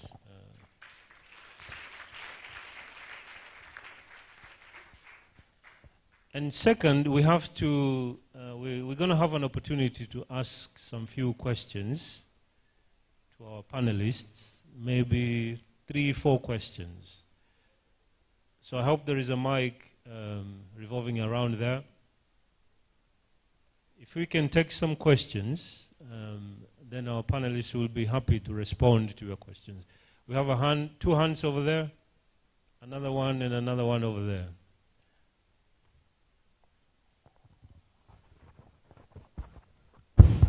Okay.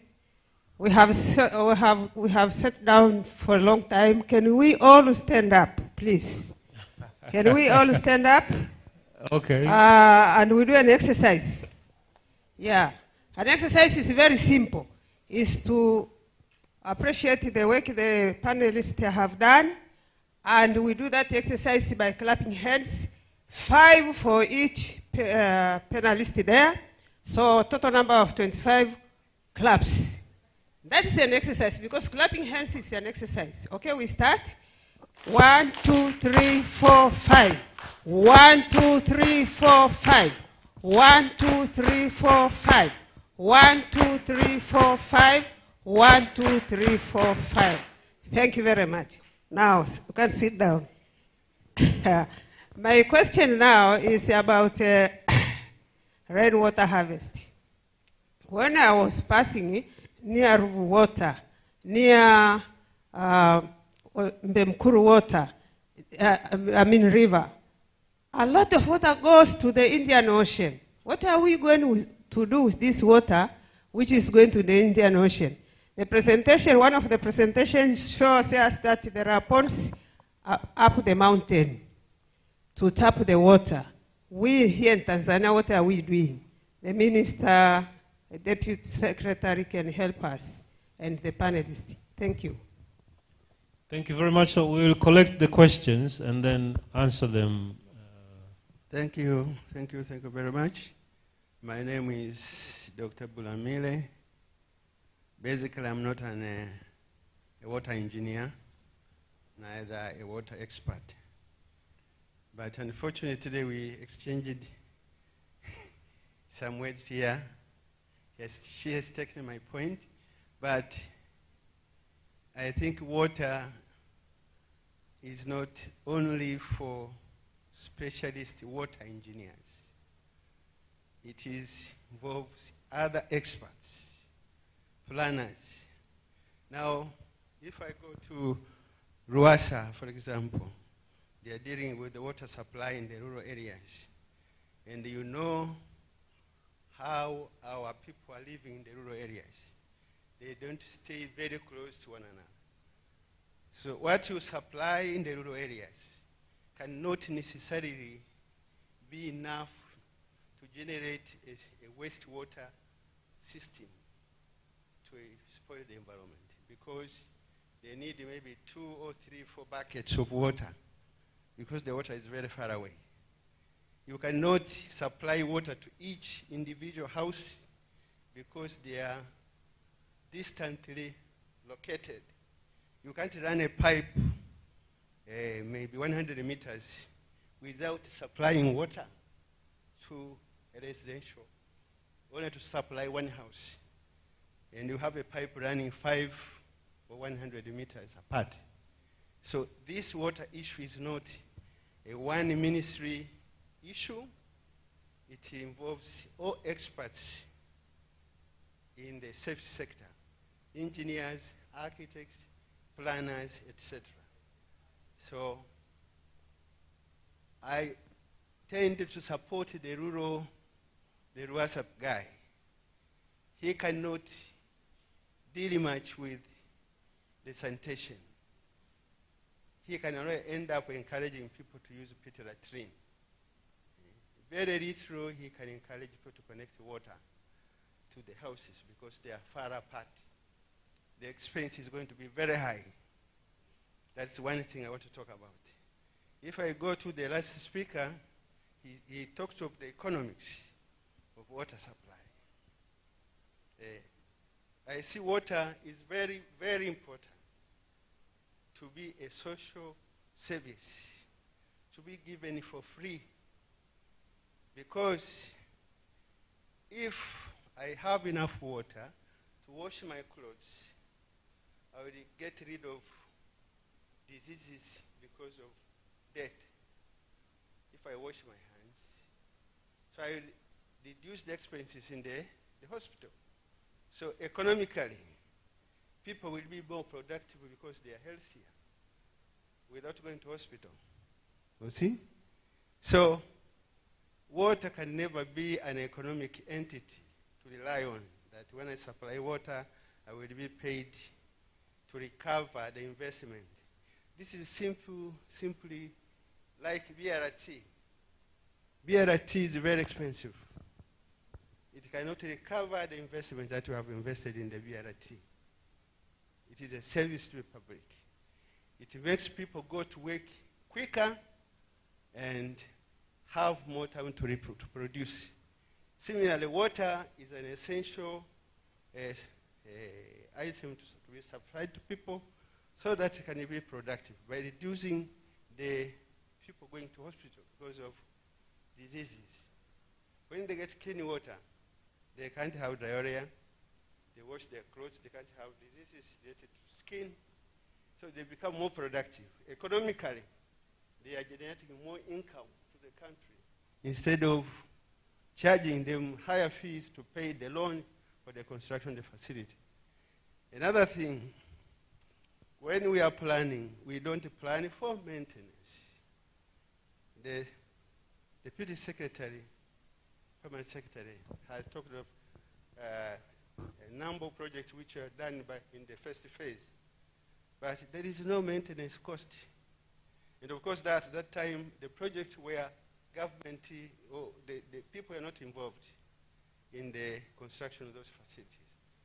I was a little bit born earlier. Maybe the guest of honor is my brother. I know people used to build dams. I knew my father was going on Friday, every Friday he was going to contribute in the construction of dams. Now we have machines, bulldozers and caterpillars all around. What are they doing in constructing dams? We have valleys all over. Why don't we build retention facilities and keep the water that is going to the sea? We have floods all over. Even Ruvu now is full, but after 3-4 months, Ruvu is going to be dry.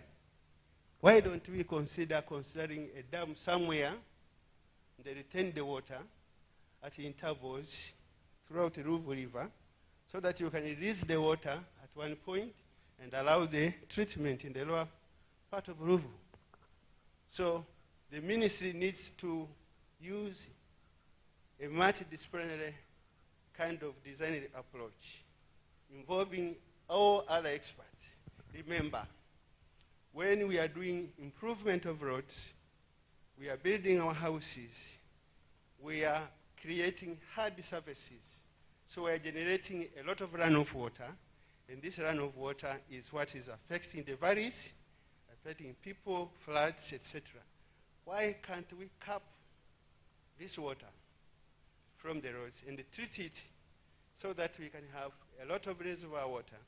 Because to supply water, you need to have water sources first so that you can actually now treat that water and then distribute it to people.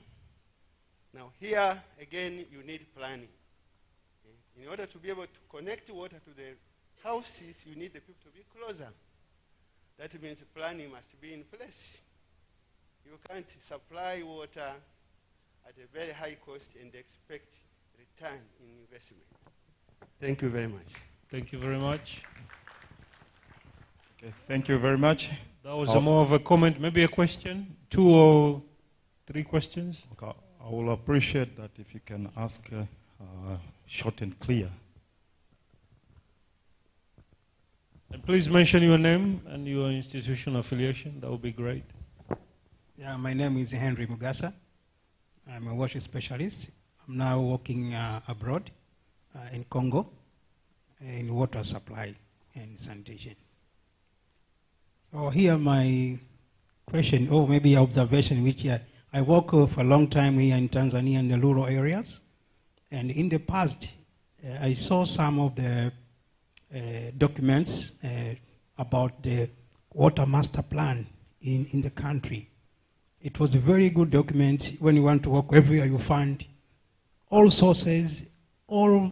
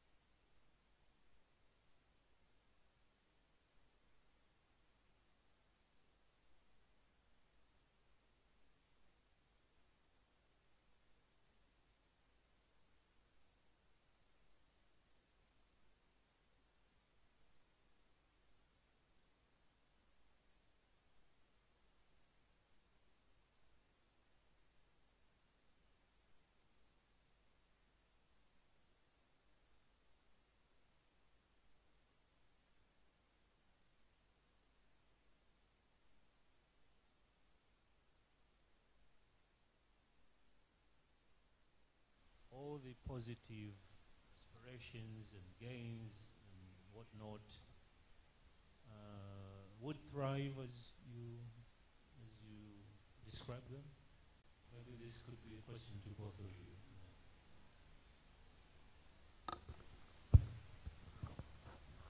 Of course, what we are speaking here, we are speaking in the aspect of a non-fragile situation. A private sector will not invest in a fragile environment. This is why I'm speaking about enabling environment which give assurance of returns. But if the situation is not, it's just a phase, everybody will be naive.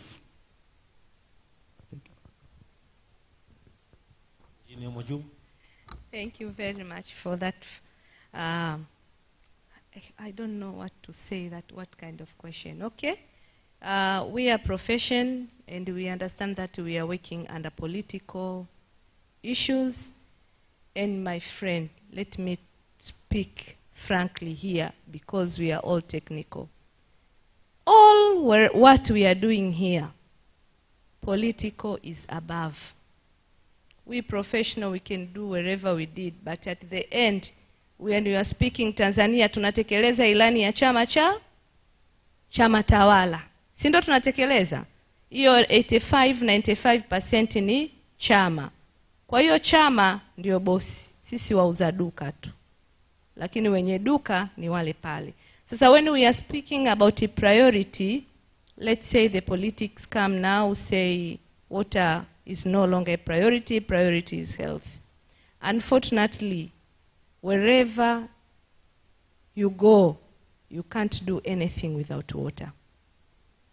And wherever politician can go, me as my small experience by doing work in the water sector, politician, even Kurazao, they are getting it from water.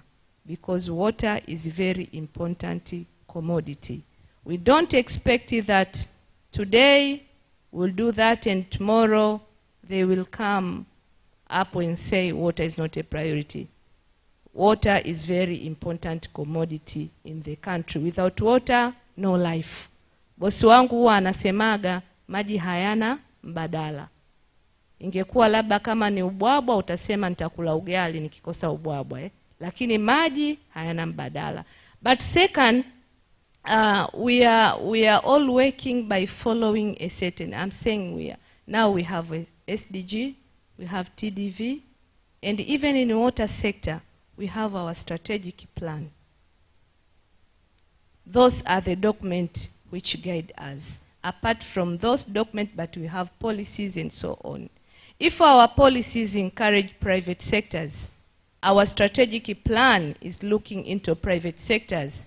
And if we are speaking that government always are working with papers, there is no way if we agree with a private partner to do a certain thing and then tomorrow we can change that document. Is impossible because government work on papers. If we agree today, wherever the political wind is going to change tomorrow, it will change but it will not affect that contract until it will go its execution to an end. That is where now you can speak another issues. So that is simple. I can reply for that issue.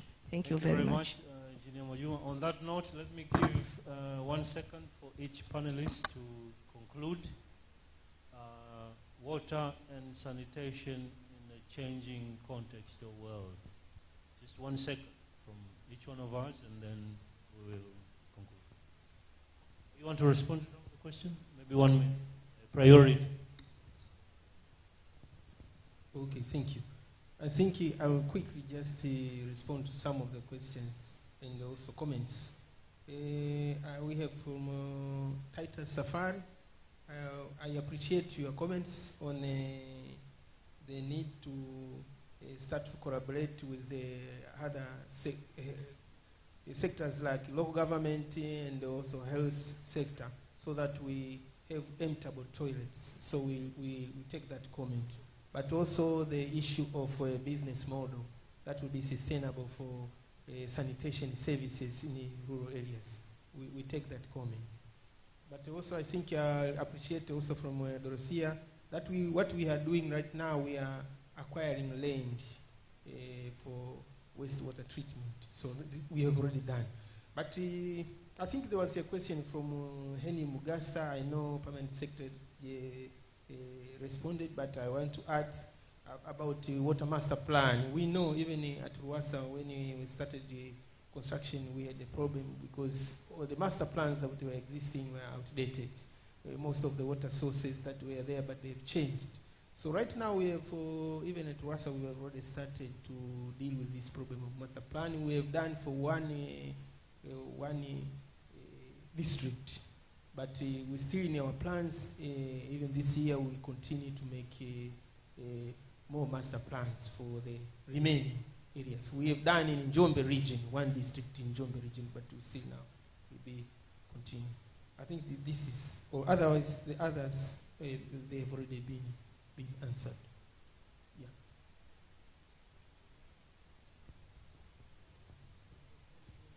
Okay, thank you very much. Actually, they have addressed a lot of things here. They respond to a lot of things here about the questions that we have been asked by participants.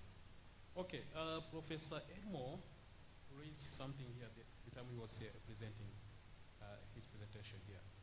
He presented about the causes of climate change, and then he discussed about the mitigation measure, the impact and mitigation measures.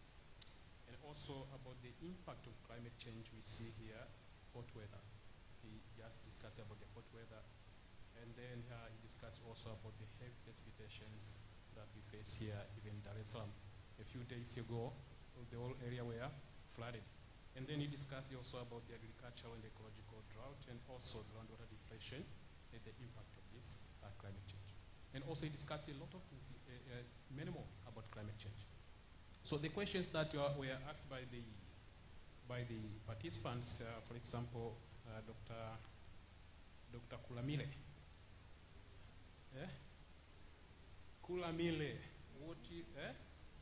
what you supply cannot be enough to generate wastewater. I think that Engineer Mwajuma has responded clearly, and even Engineer Pemba has also responded clearly.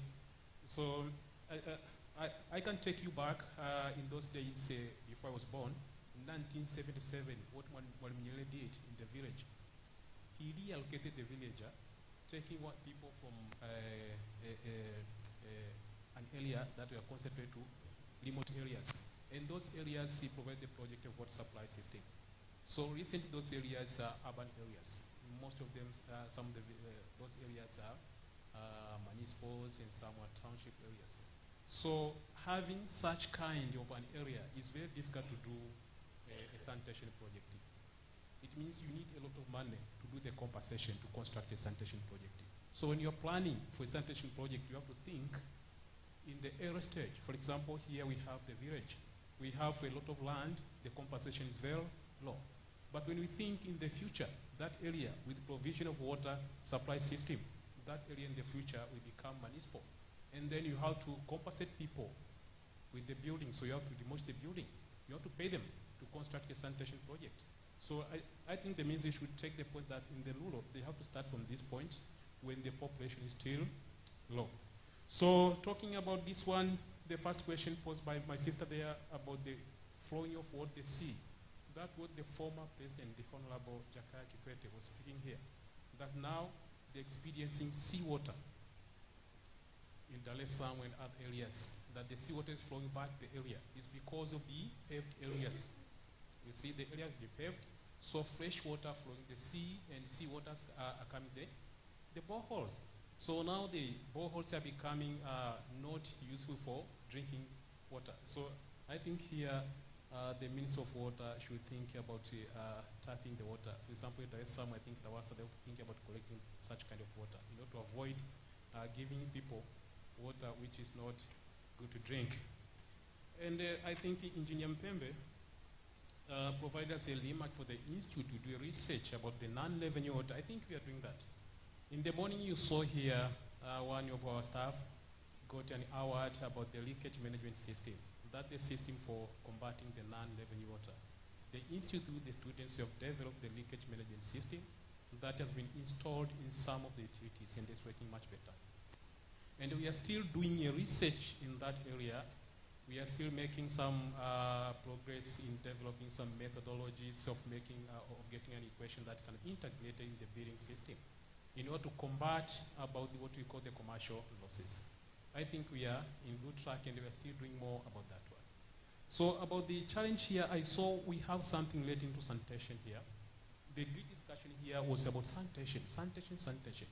The institute is having a program. We have established programs about the sanitation. We have here, I think, for next year or after next year, we're going to have students graduating specialized in sanitation program. So we need more.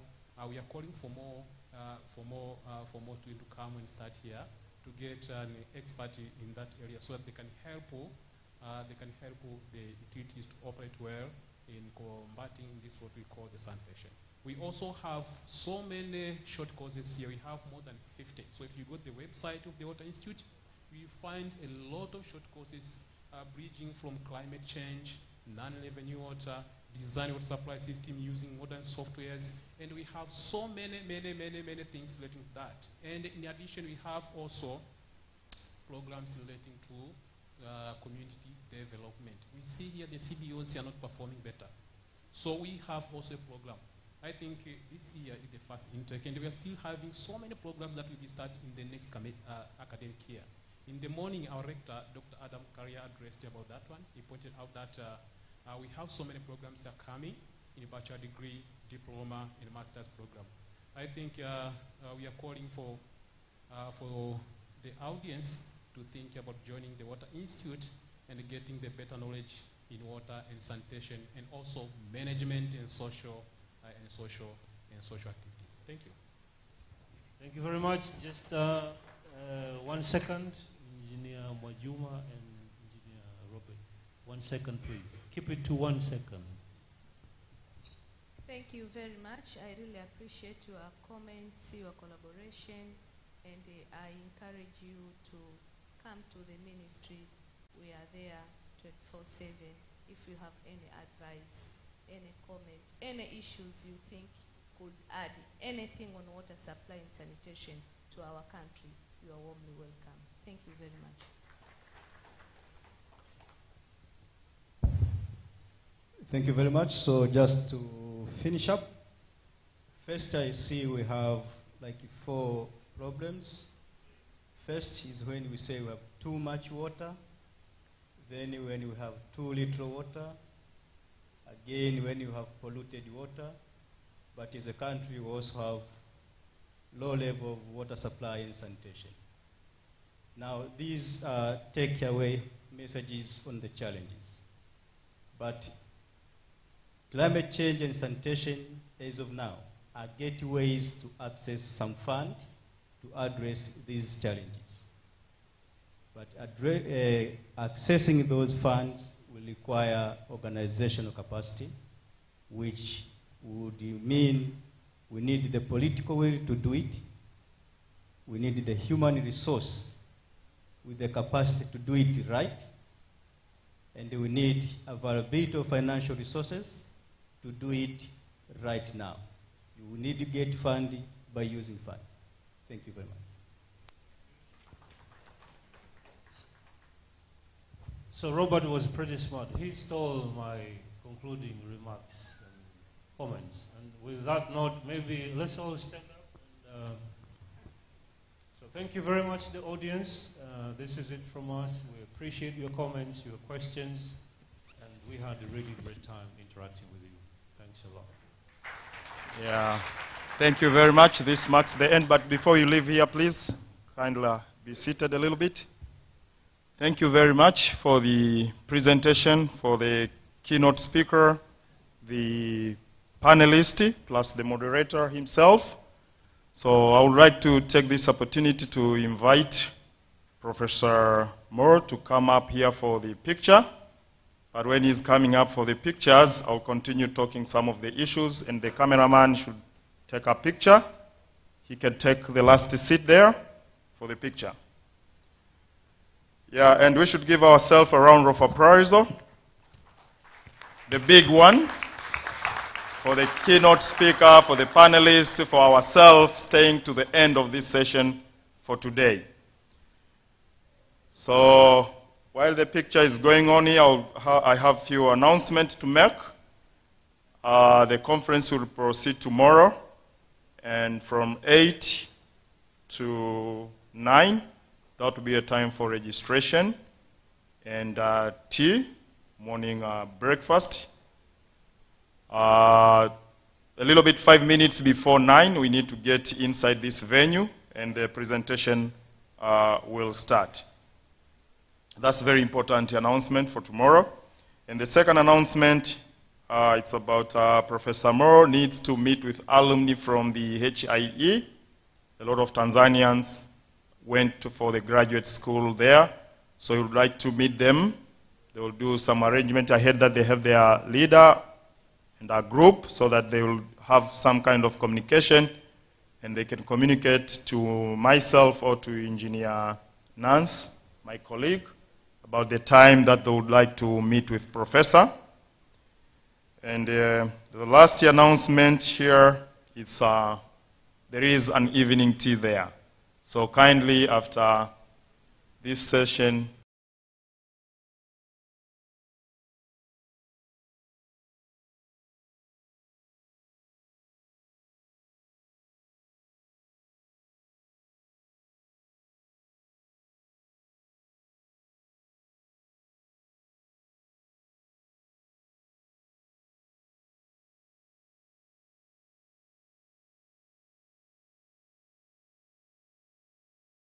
Please. Thank you.